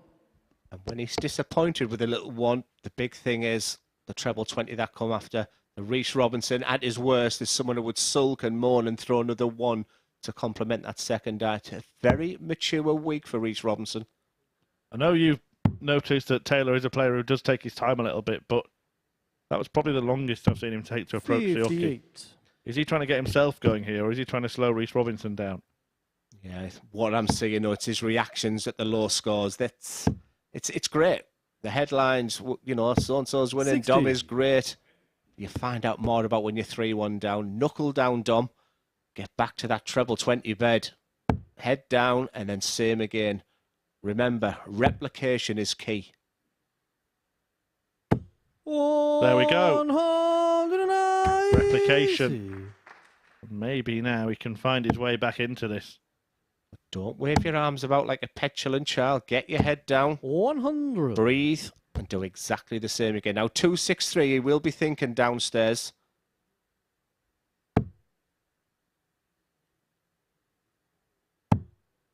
Perfect. Stay there.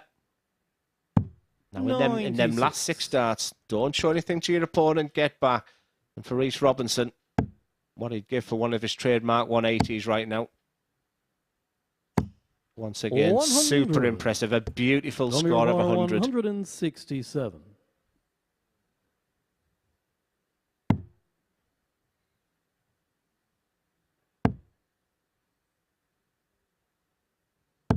$99.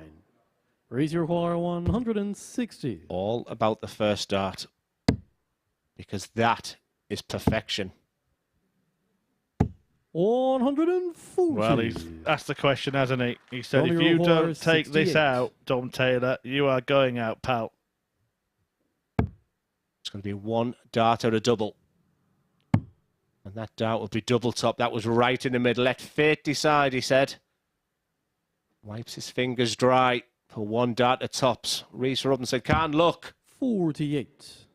And now, Reece Robinson can book his place in the showpiece match. Double 10, double 5. 15. Well, you can see the frustration. 3 clear darts missed to seal a spot in the final. Dom Taylor just taking his time. You put thoughts in my head. Is he just maybe taking his too much time? But he's still in this match. He won't believe if it's 3-2. Game shot of the 5th well, that's the score, Dom. Taylor. Put a bit of bounce on that. Get back. He's just looking dour. We need something inside of him now. He's got the darts to make it 3 each, where Reece will be getting concerned if he goes to 3 each. The nod of the head from Reece is just saying, I'm understanding the situation. Don't panic, friends and family. I know where I am right now. But Dom has got the afterburners. 140. It was looking like it was going to be a Robinson cruise, though that won't be the case. 121. Had to save that one. That's a good one, that. Well, it was Taylor looking stranded, wasn't it? But now he's back in this. Taylor is demonstrating the power. He's looking downstairs. He doesn't like the lie, that one. And all of a sudden, he was down and out. 3-1, 3 darts for the match. Reese hasn't missed anything. Dom Taylor was resigned to losing the game. And all of a sudden, we are probably 60 seconds away from 3-3.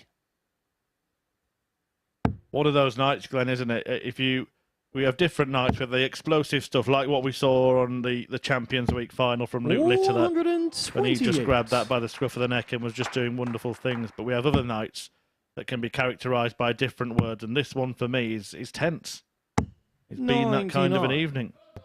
Dom, you require 56. Knife edge matches, and Taylor can take this one right to that point once more. It's a great leg of darts, by the way. 36. No panic. You're coming back. And for Robinson, where are your 180s, Reese? Did he hear you? Did he hear you, Glenn? We've been played out in the arena. 140. He turned around like Raul John Rodriguez. You require 20. For Taylor, it's pure focus. Double 10. Well, I'm going to ask a question. Let's see what happens first. But has Reese Robinson been a little bit cute there and distracted Dom Taylor in the process?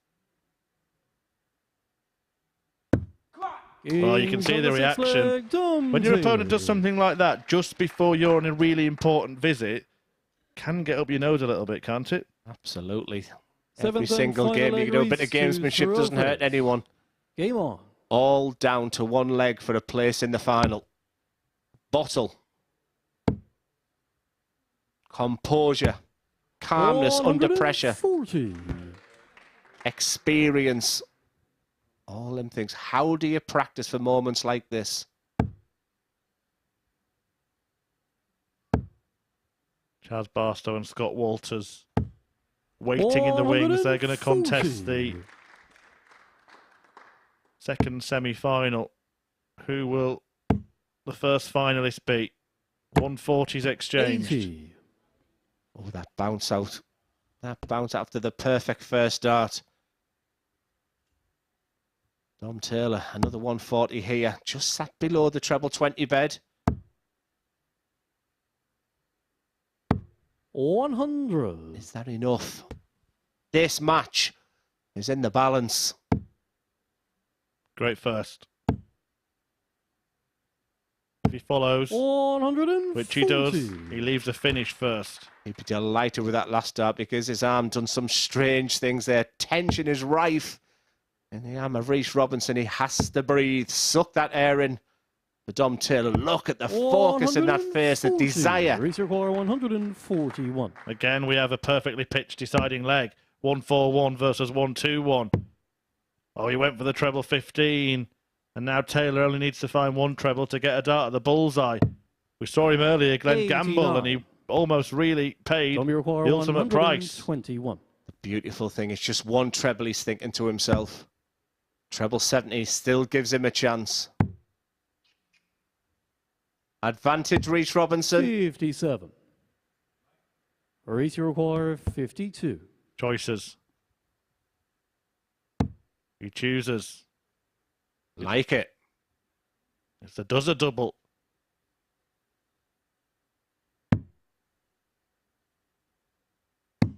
But he doesn't do what Dozer would have done. And he can't believe it. 1 millimetre can be the difference between winning and losing. Chance after chance. When opportunity knocks, Reese Robinson doesn't take advantage. Dom Taylor cannot believe it. He's been second best in a lot of this game. He's going to get one dart at a double. And that dart at the double is his beloved double 16. 48. Just comes up shy. Both players have missed that target to win this match, 32. to seal the semi, to force themselves through to the final. Double 8. And it's Robinson. And it's Reese Robinson. Robinson. who is the first through to the final tonight. He knocks out Dom Taylor, who has had a great week, fantastic campaign in Group C, but didn't really find his best at finals night. Still managed, however, to force his way through to the semis and almost force his way through to the final. Missed a dart to do so. The stats don't really tell the story. It was a dramatic encounter, but it is Rhys Robinson who will play Chaz Barstow or Scott Walters in tonight's final.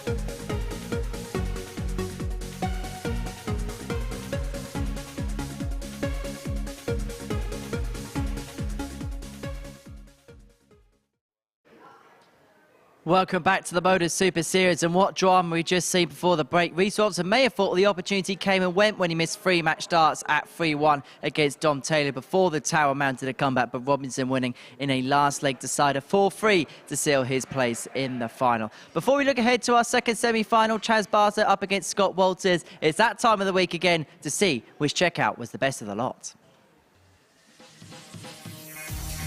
Well, the first contender is a 1-4-7 and frame from Dom Taylor. This was to win the match against Mark Barilli. Dom Taylor really was the king of the ton toppers.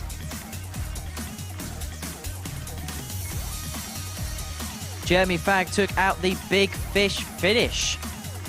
The Crocodile snapping at the heels of his opponents this week.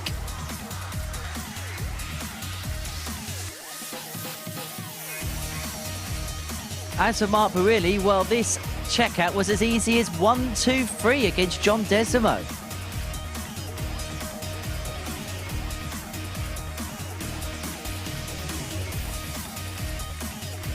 Mal Cumming notched this 1-5-3 against the Belgian as well. For some reason, all the big finishes came against the Killer Bee. But the killer instinct there from Cumming. As for Mike Warburton, he took out this 1-6-1 against Sven Verdonk. This was a piece of toast, as someone famously said.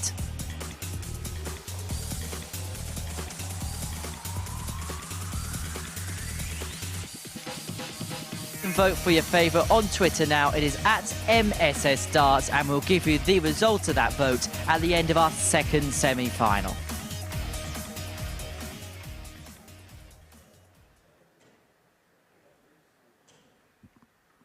And that second semi-final is about to take place now. It's a bit of a local derby as Chaz Barstow takes on Scott Walters. It's a place in the final against Reece Robinson up for grabs. And describing the action in this one in the commentary box, Glenn Durrant and Chris. Yeah, thank you so much, Henry. Just recovering from that final match there. I mean, just the bottle that Reece Robinson showed with that double 8. He wouldn't have been able to feel his legs and arms as he was going for double 16 and double 8. But I just thought Dom Taylor, sportsmanship of the highest degree. And once again, so magnanimous in defeat. The guy in your picture, Chaz Barstow, the player of the night so far. Nowhere near his brilliant best in Group B this week. But you could argue the same about Scott Walters, who was a big favourite in Group A.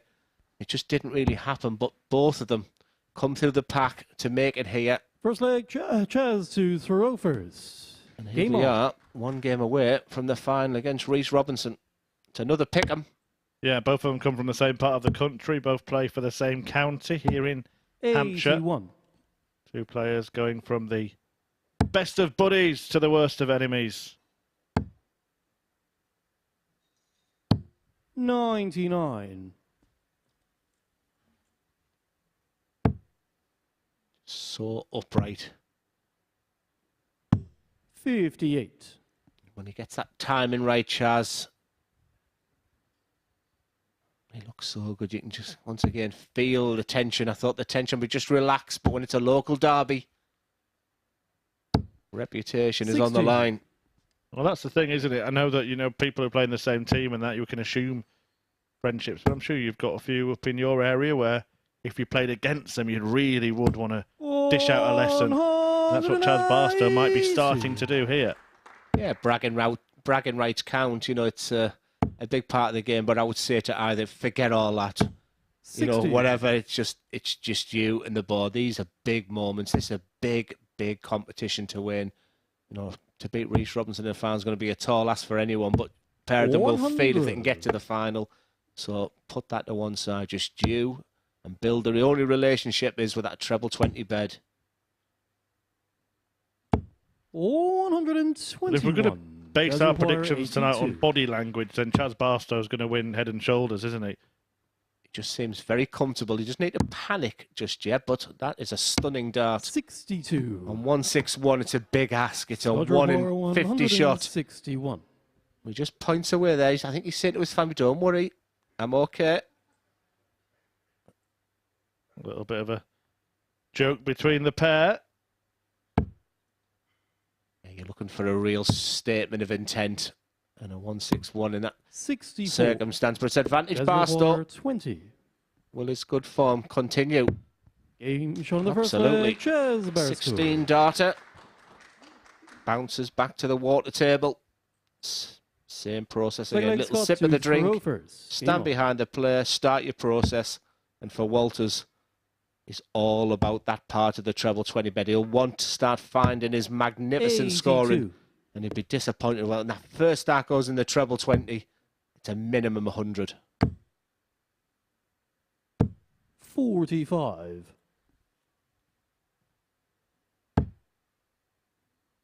Having to just shuffle across, suggesting that one's leaning a little bit over the treble. 55. Were you on for switching with any kind of hindrance over the treble 20, or would you stubbornly stay unless it was really severely blocked? How do I say this without... 125. I firmly believed at one point I was the best treble 19 hitter. I was a real good... Cover shots are really important. In fact, when I watched that with Jamie a few weeks 58. ago, he's often going down the treble 19's bed, and he said, I think that was part of watching, that was part of me, my DNA. Like I said, it was that mentality. I was very comfortable on a certain part of the board there. So I wasn't someone who would stay so much on the treble 20 bed. Should really be starting on the treble 19s here, Glenn.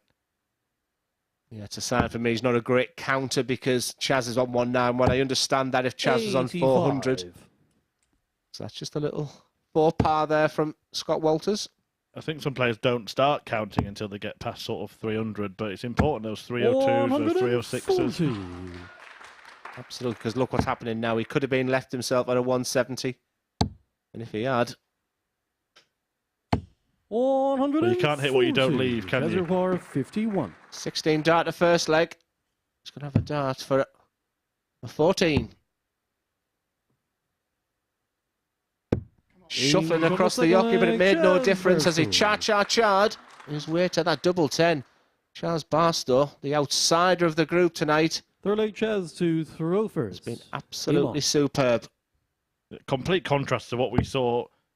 I mean, I'm not exaggerating when I say for the first 7 matches he played in Group B. The last match was fantastic, 100 average against Robert Thornton, and we've seen that just carried on into tonight. 120. There's that magic 100 average that we're all striving for. It used to be 90 average when I first started. If you ever hit that old money 30 average, 40. it's bounce outs all over the place here.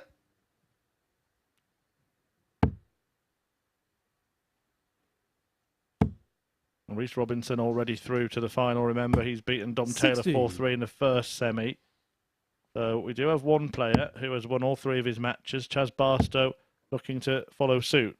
Yeah, I like the fact winning that first semi-final as well. I remember when I was asked the question after the Premier League, I had that time Nathan Aspinall was involved in a real big game in the semi-final against Peter Wright, I think it was. 140. And I was just sat there just doing my thing, and I'm sure that's what Reece Robinson will be doing right now. It's just getting his emotions in check for his biggest game of 2023. 45. Well, Walters is launching an assault here on the Barstow throw, so we're not going to grub his name out yet. We have seen him utilising that 25. We've mentioned it earlier, second dart. So in that aspect of his counting, it's good. I think he just doesn't think until he's sort of halfway down the leg. What Barstow's done, there's what many dart players will do. 201 in 6 darts. 76. 70-60. Keep it straight. So he's going to get a dart or a double. And that dart is tops. This is huge moments. 56. Chaz requires 62. Ready to tuck into another tasty finish. 22. Almost silver service again from Chaz Barstow, but Walters now looking to close the gap. Can't afford to come inside. Help or hindrance? There's the answer. 2-1. Walters halves the deficit in this one. Fourth leg Scott to throw first. Game on.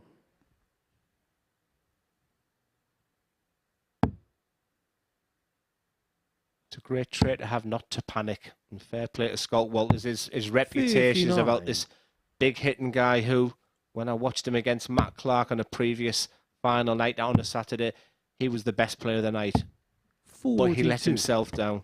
So that's one area he's really improved on. He's doing the WDF circuit now. In fact, he was playing in Cyprus sort of last week, so he's really getting about. But once again, you see there's a real problem of getting beat in semi-finals. Here he is in a semi-final again. But he's up against a brilliant Barstow. If we saw sort of C game Chaz for most of the week, we're seeing B+ at worst, aren't we? Just look what Scott Walters had there. 302, stayed on the treble 20 bed. I think we might have found the problem. I genuinely think he doesn't think until he's sort of in the 200s. He's not looking at possibilities, best ways of leaving finishers around those low 300 visits. And it's the Dutch players around about the mid-90s who really started introducing 57. treble 18s, bullseyes as early as the 300 mark. I don't think, I think very old-fashioned way of going is Scott Walters, but it is one area you can improve 100. on. Whereas Barstow just feels pretty relentless right now. He's throwing everything but the kitchen sink at Walters. Yeah, it's a decent display once again from Chaz. 100. Chaz require 120. Decent, but not spectacular. Just nice and professional. Just sit it on top of that. That's unlucky.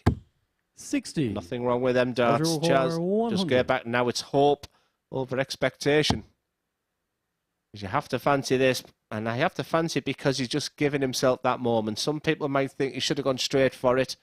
I'm a big in favour of this. This is huge dart incoming.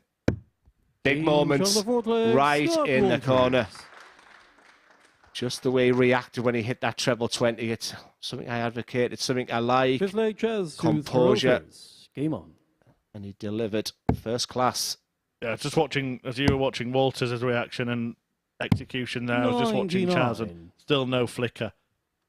If someone's come back at you from 2-0 behind, you think maybe he could be forgiven for the head drop, 85. but just nope, eyes on the board, step towards the hockey, straight in the treble 20.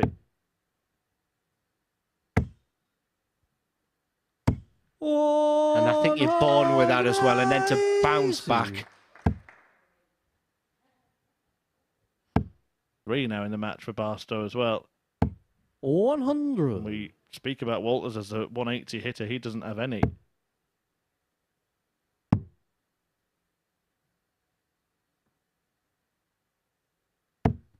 $57. Averages don't mean everything. 121. Counting again there from Chaz Barstow, you could see that's why he reacted the way he did in the end. He went for an 18 and left 165. But on that scenario, it was very unlikely his opponent was going to leave a finisher. Shouldn't let it affect him too much. He continues to look at his hand. I think it's just maybe just a grip issue. Maybe them darts are just ready for the bin. 30. Well, he's just thrown a 20. Dusting. 165. He threw a 20. This is getting a little bit silly now. 99. Such an important part of the game, Glenn, isn't it? And that dart is the best dart of this match so far. Albeit he leaves 38. Like I said, the fact it's a local derby is probably having an impact on this. 2-2 now, it's on instinct. Game for the fifth that leg, instinct meant Chaz go directly go for that double 19. And Plum in the middle. Advantage Barstow. The first shake of the head from Scott Walters. 6 legs got to throw first. Don't give Barstow anything. Well, on that occasion, he threw that dart at the 20, left 165, would have come back for some kind of finish. Who knows? 140. It's been, strangely, the story of this match. Been sort of the tail of the tape tonight. It's just been so full of tension. 60. And I put that down to the fact that all 6 players that walked in the building, and I really felt that they were in with a great chance of winning. There wasn't that real one standout performer. 26. Real frustration here now. You're talking about the grip issue, and he's spraying now and praying.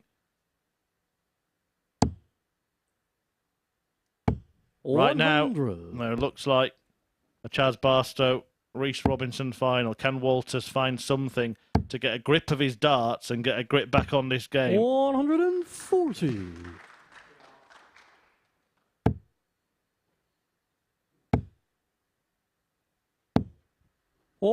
Just them darts going to a real authority, but it's advantage Walters. Again on 2 now. If he should go downstairs. 140. Got away with it. Leaves a 2-darter. Probably felt that that was the perfect marker for him. Are we going all the way? Well, speaking of miscounting, earlier in the week, Chaz Barstow was on 55 and he went for a 16. 55. That's how bad it can get. That's the right thing, and that's the right thing. And we do go the distance in this local derby here in Hampshire. Will it be Barstow or will Walters win? One leg will determine who takes on Rhys Robinson in tonight's final.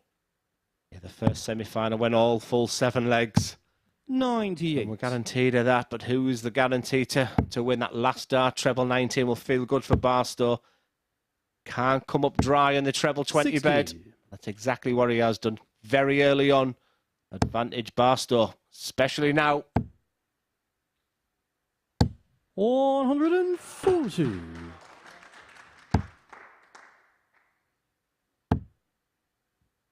All over the place. All over the 25. place. Got Walters now. 6 darts and he's still above 400. 40. Gets a bit of luck. Rubber the green. Dart on the floor. Just when you think it's all over. That's not the ideal dart for Scott. He needs to really... He's just lost it. He's just lost it. This is not about ability. This is about when it comes down to the 81. nitty-gritty. That last night, Betenja in a local league. Well, this is absolutely exceptional from Chaz Barstow. We're talking about the way that Walters has faltered. But Chaz Barstow is closing out a match 140. like he is a real king of the hockey.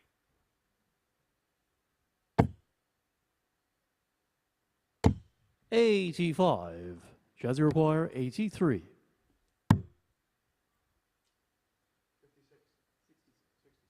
Yeah, 66 left, so treble 10 or bullseye be looking at. No histrionics required. 35. But even still didn't leave that single dart finish. He's feeling it still. And all Walters can do is put some pressure on, and he's not doing it. 60. Chaz Barstow's got 6 Chaz requires darts 48. from 48. For the match, Game, it's shot, Barstow and the versus match, Robinson Chaz Barstow. in the final for Scott Walters. It's what might have been a game. A dreaded semi-final loss that just happened to him so many times. For Barstow, it's all beginning to go well at the right time. The tail of the tape, quite simply, not an awful lot between them, but we have a stonking final to come. Rhys Robinson against Chaz Barstow.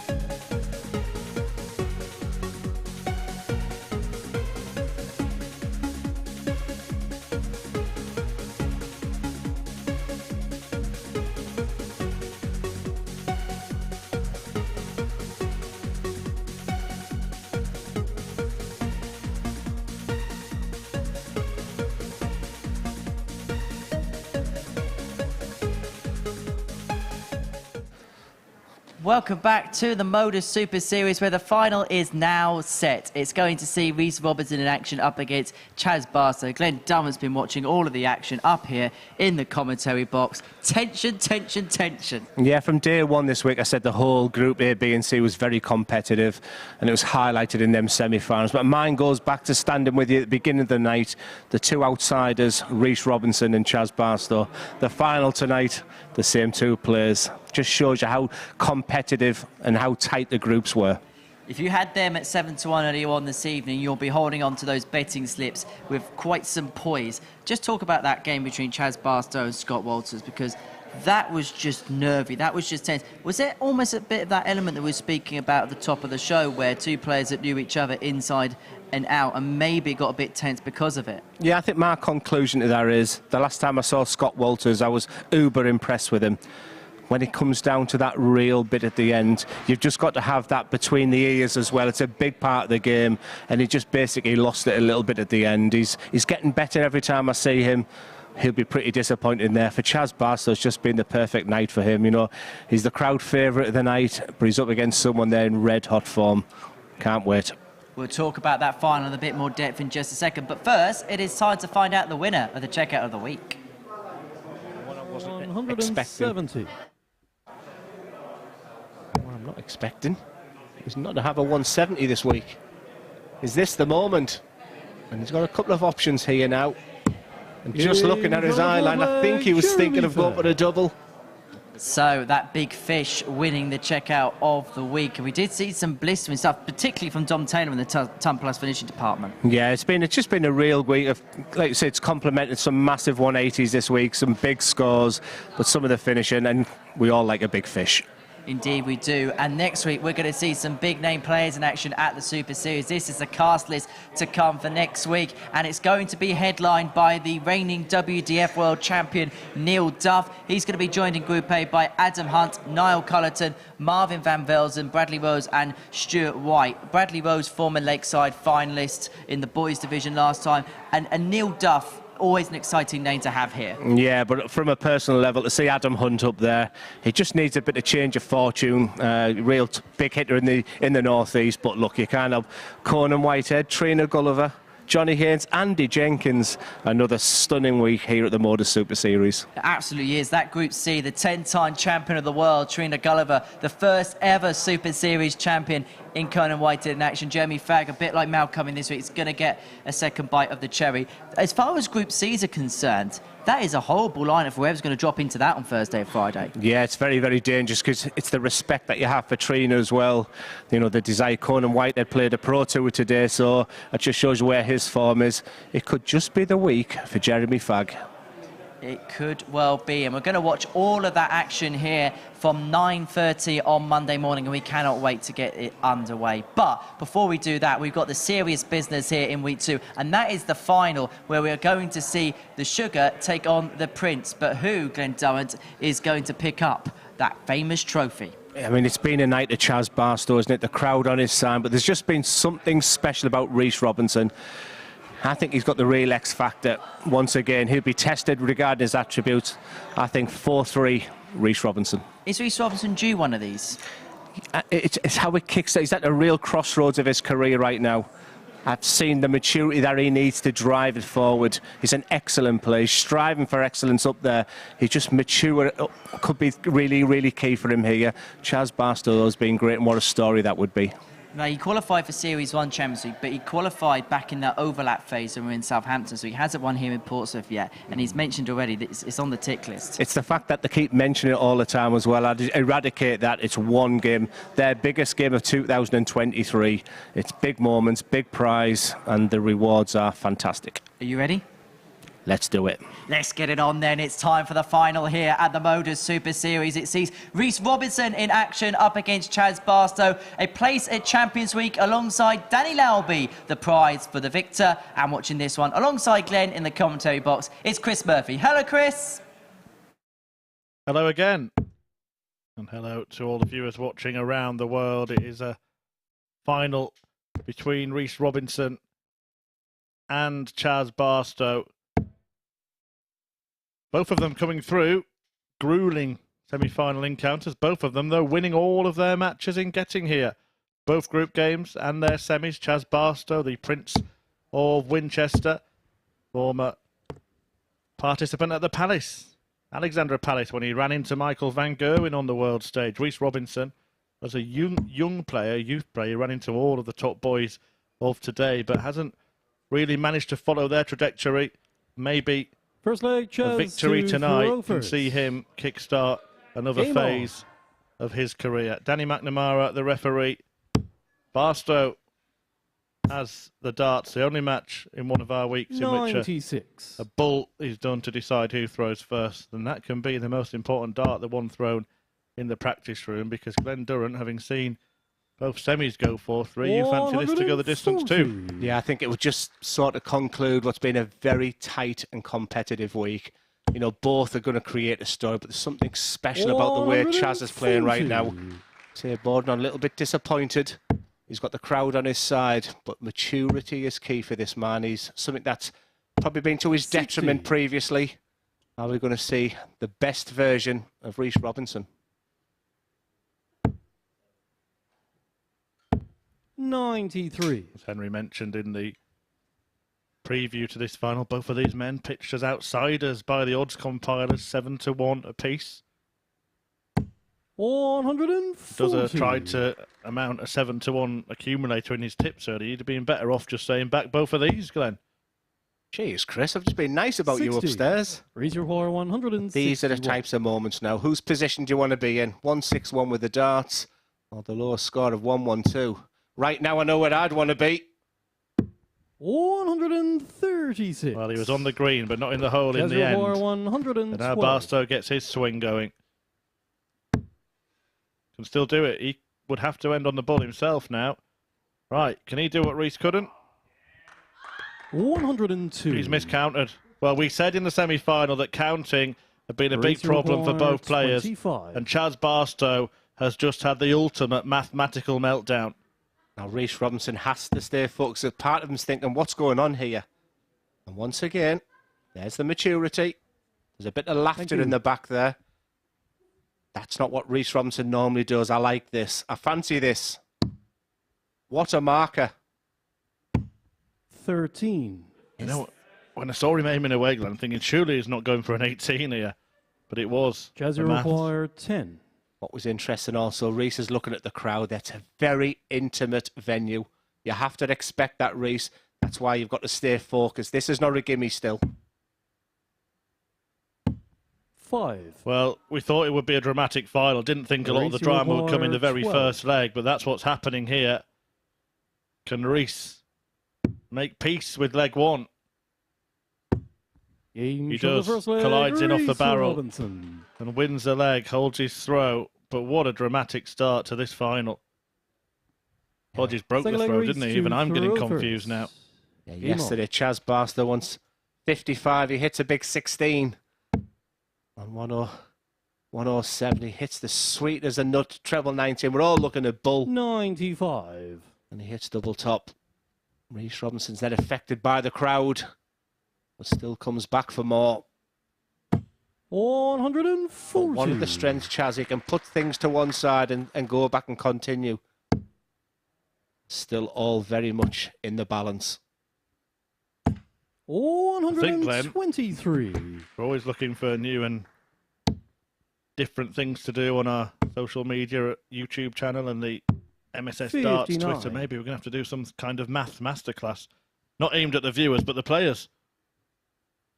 Just a time for me. It's tension. It's when you're up there in that red hot environment, you know, sometimes your brain can be doing some crazy things. He's probably wanted that finish a million times and never gone for tops. And in 2 days running, he's done 2 of the biggest finishing faux pas you've ever seen. Do make sure you're following those accounts, by the way. Loads of content on the YouTube channel, including all of the sessions in full and highlights from everything 45. you've seen here. Clips and plenty of other stuff posted on the Twitter page as well. Now then, this could be a highlight for the highlight reel. Oh, he goes for the ball this time and gets it. Well, that is the ultimate irony. Yeah, Rhys Robinson says, that was right this time, Chaz. Rhys Robinson said, I was looking at tops. Game on. Oh, wow. But in all seriousness, Rhys Robinson just nodding his head, just trying to get his thoughts together. It feels like it's him and the 47. crowd against him right now, but I still like their environment, and that's what he needs to do. Chaz hasn't kicked off well, and Rhys is back where he likes to be. What a response. A 164 finish from Chaz Barstow, replied to with a 180 opener by his opponent. And by the way, Glenn, has Jeremy Fagg just been outvoted now? Is that the new checkout of the week? Yeah, well, I was going to say that about the previous one as well, but I think we did the poll just a little bit too early. Captivating. 96. But if you're watching at home and you want to be here, and why wouldn't you want to be here on any of our finals night, this real intimate, unique experience to watch darts and how 57. dramatic it has been. You can come and feel that drama. Scan that QR code. Get yourselves here. It'll take you to the ticket page at dartshop.tv any Saturday night from 7:30. 140. And you can be part of this real unique atmosphere, watching top darts players doing the right things and sometimes the wrong things. 180. Race require 85. That was the right thing. The afterburners are on. For a 12. 45. Chaz require 130. How important was that 180 from Chaz Barstow? Gives him a chance. Still a tall ask. He's going to set it up at Rhys Robinson. These are the moments. 94. 3 darts at tops to lead 2-1 in your biggest match of the year. He looks good. The tightener of the arm. Can't even begin to tell you what happens to your body. And when it goes right in the top, the big growl that he does, let the crowd know that he's feeling good. It's just break after break after break so far in this match. Who is going to keep their composure? Who is going to sprint for that line? Well, the showpiece showdown is turning into the best match of the night, as it should be. 123. Both these players going at it, producing the best stuff. Neither has faltered this evening. Well, not in terms of a result, anyway. 58. Just a solid game, but that first dart to Robinson right now. He's seeing that treble 20. 140. Like a bucket.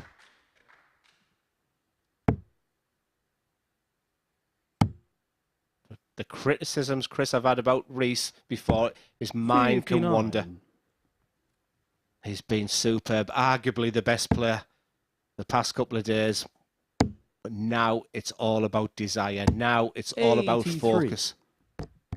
Well, let's not forget as well, Glenn, that Rhys Robinson, when he played in Group B yesterday, he won all of his matches. 100. So he's actually on a 7-match winning streak. If he can make it 8, he'll take the trophy. This is formidable. Go back upstairs. 139. To leave a 1 dart, double 8 finish. Robinson can see that finishing post. Yeah, he can move closer to it if he finds the double for a 13 60. darter. Race requires 16. Happily settle for 14 or 15 as well. Can he gallop to the line? He certainly on the can. With a flag, furlong to Rhys go, there's the Robinson. fist pump. The crowd don't agree with it because the crowd are all on the side of Chaz Barstow. We're right in his Looks like hometown. Chaz to throw first. Game on. A home county before he upset any Portsmouth people there. On a night like tonight, surely there are more twists and turns. 85. Surely it just doesn't end 4-1 at a conventional win. There is more drama to come, surely. Yeah, from the opening salve on Monday morning when Robert Thornton 58. fought back from 3, and it's just been a really topsy-turvy seesaw battles.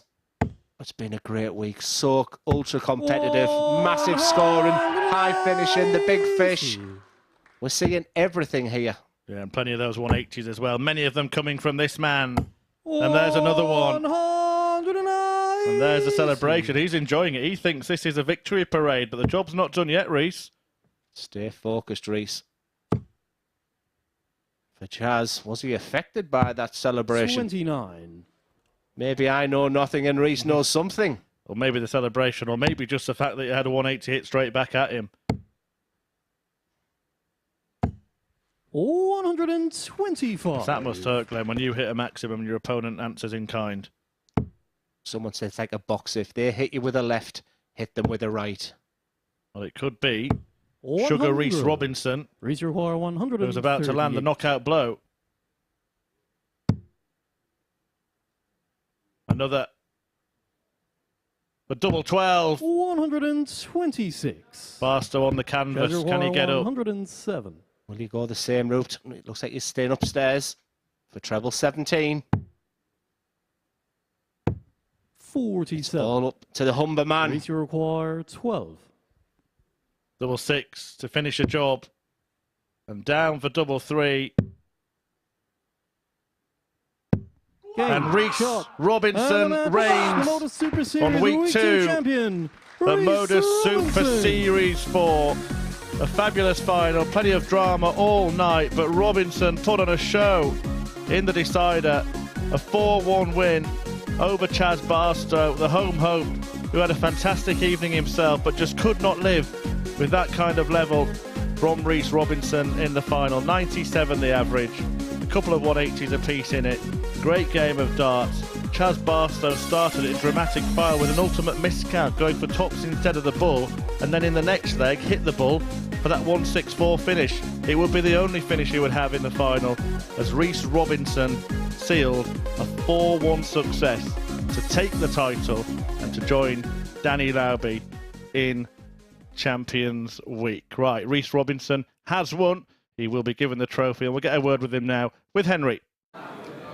Chris, thank you very much indeed. Well, you said at the beginning of the night you were going to go and win it, and you were true to your words. Did I tell you that? I did tell you that. Light work of all of them.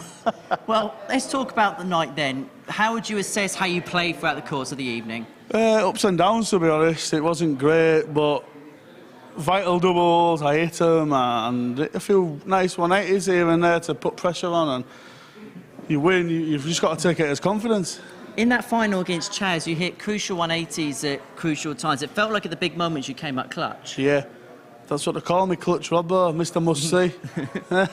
And look, now you're into Champions Week, and that's... Well, did I tell you? So we're now going to win Champions Week. Is that now the next step? Another one.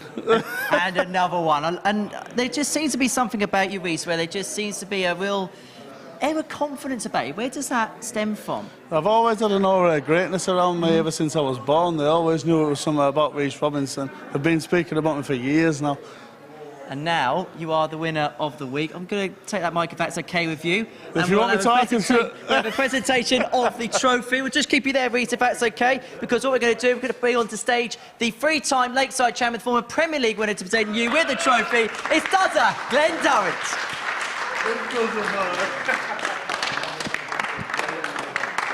So I'll just put you into that camera there, Reese.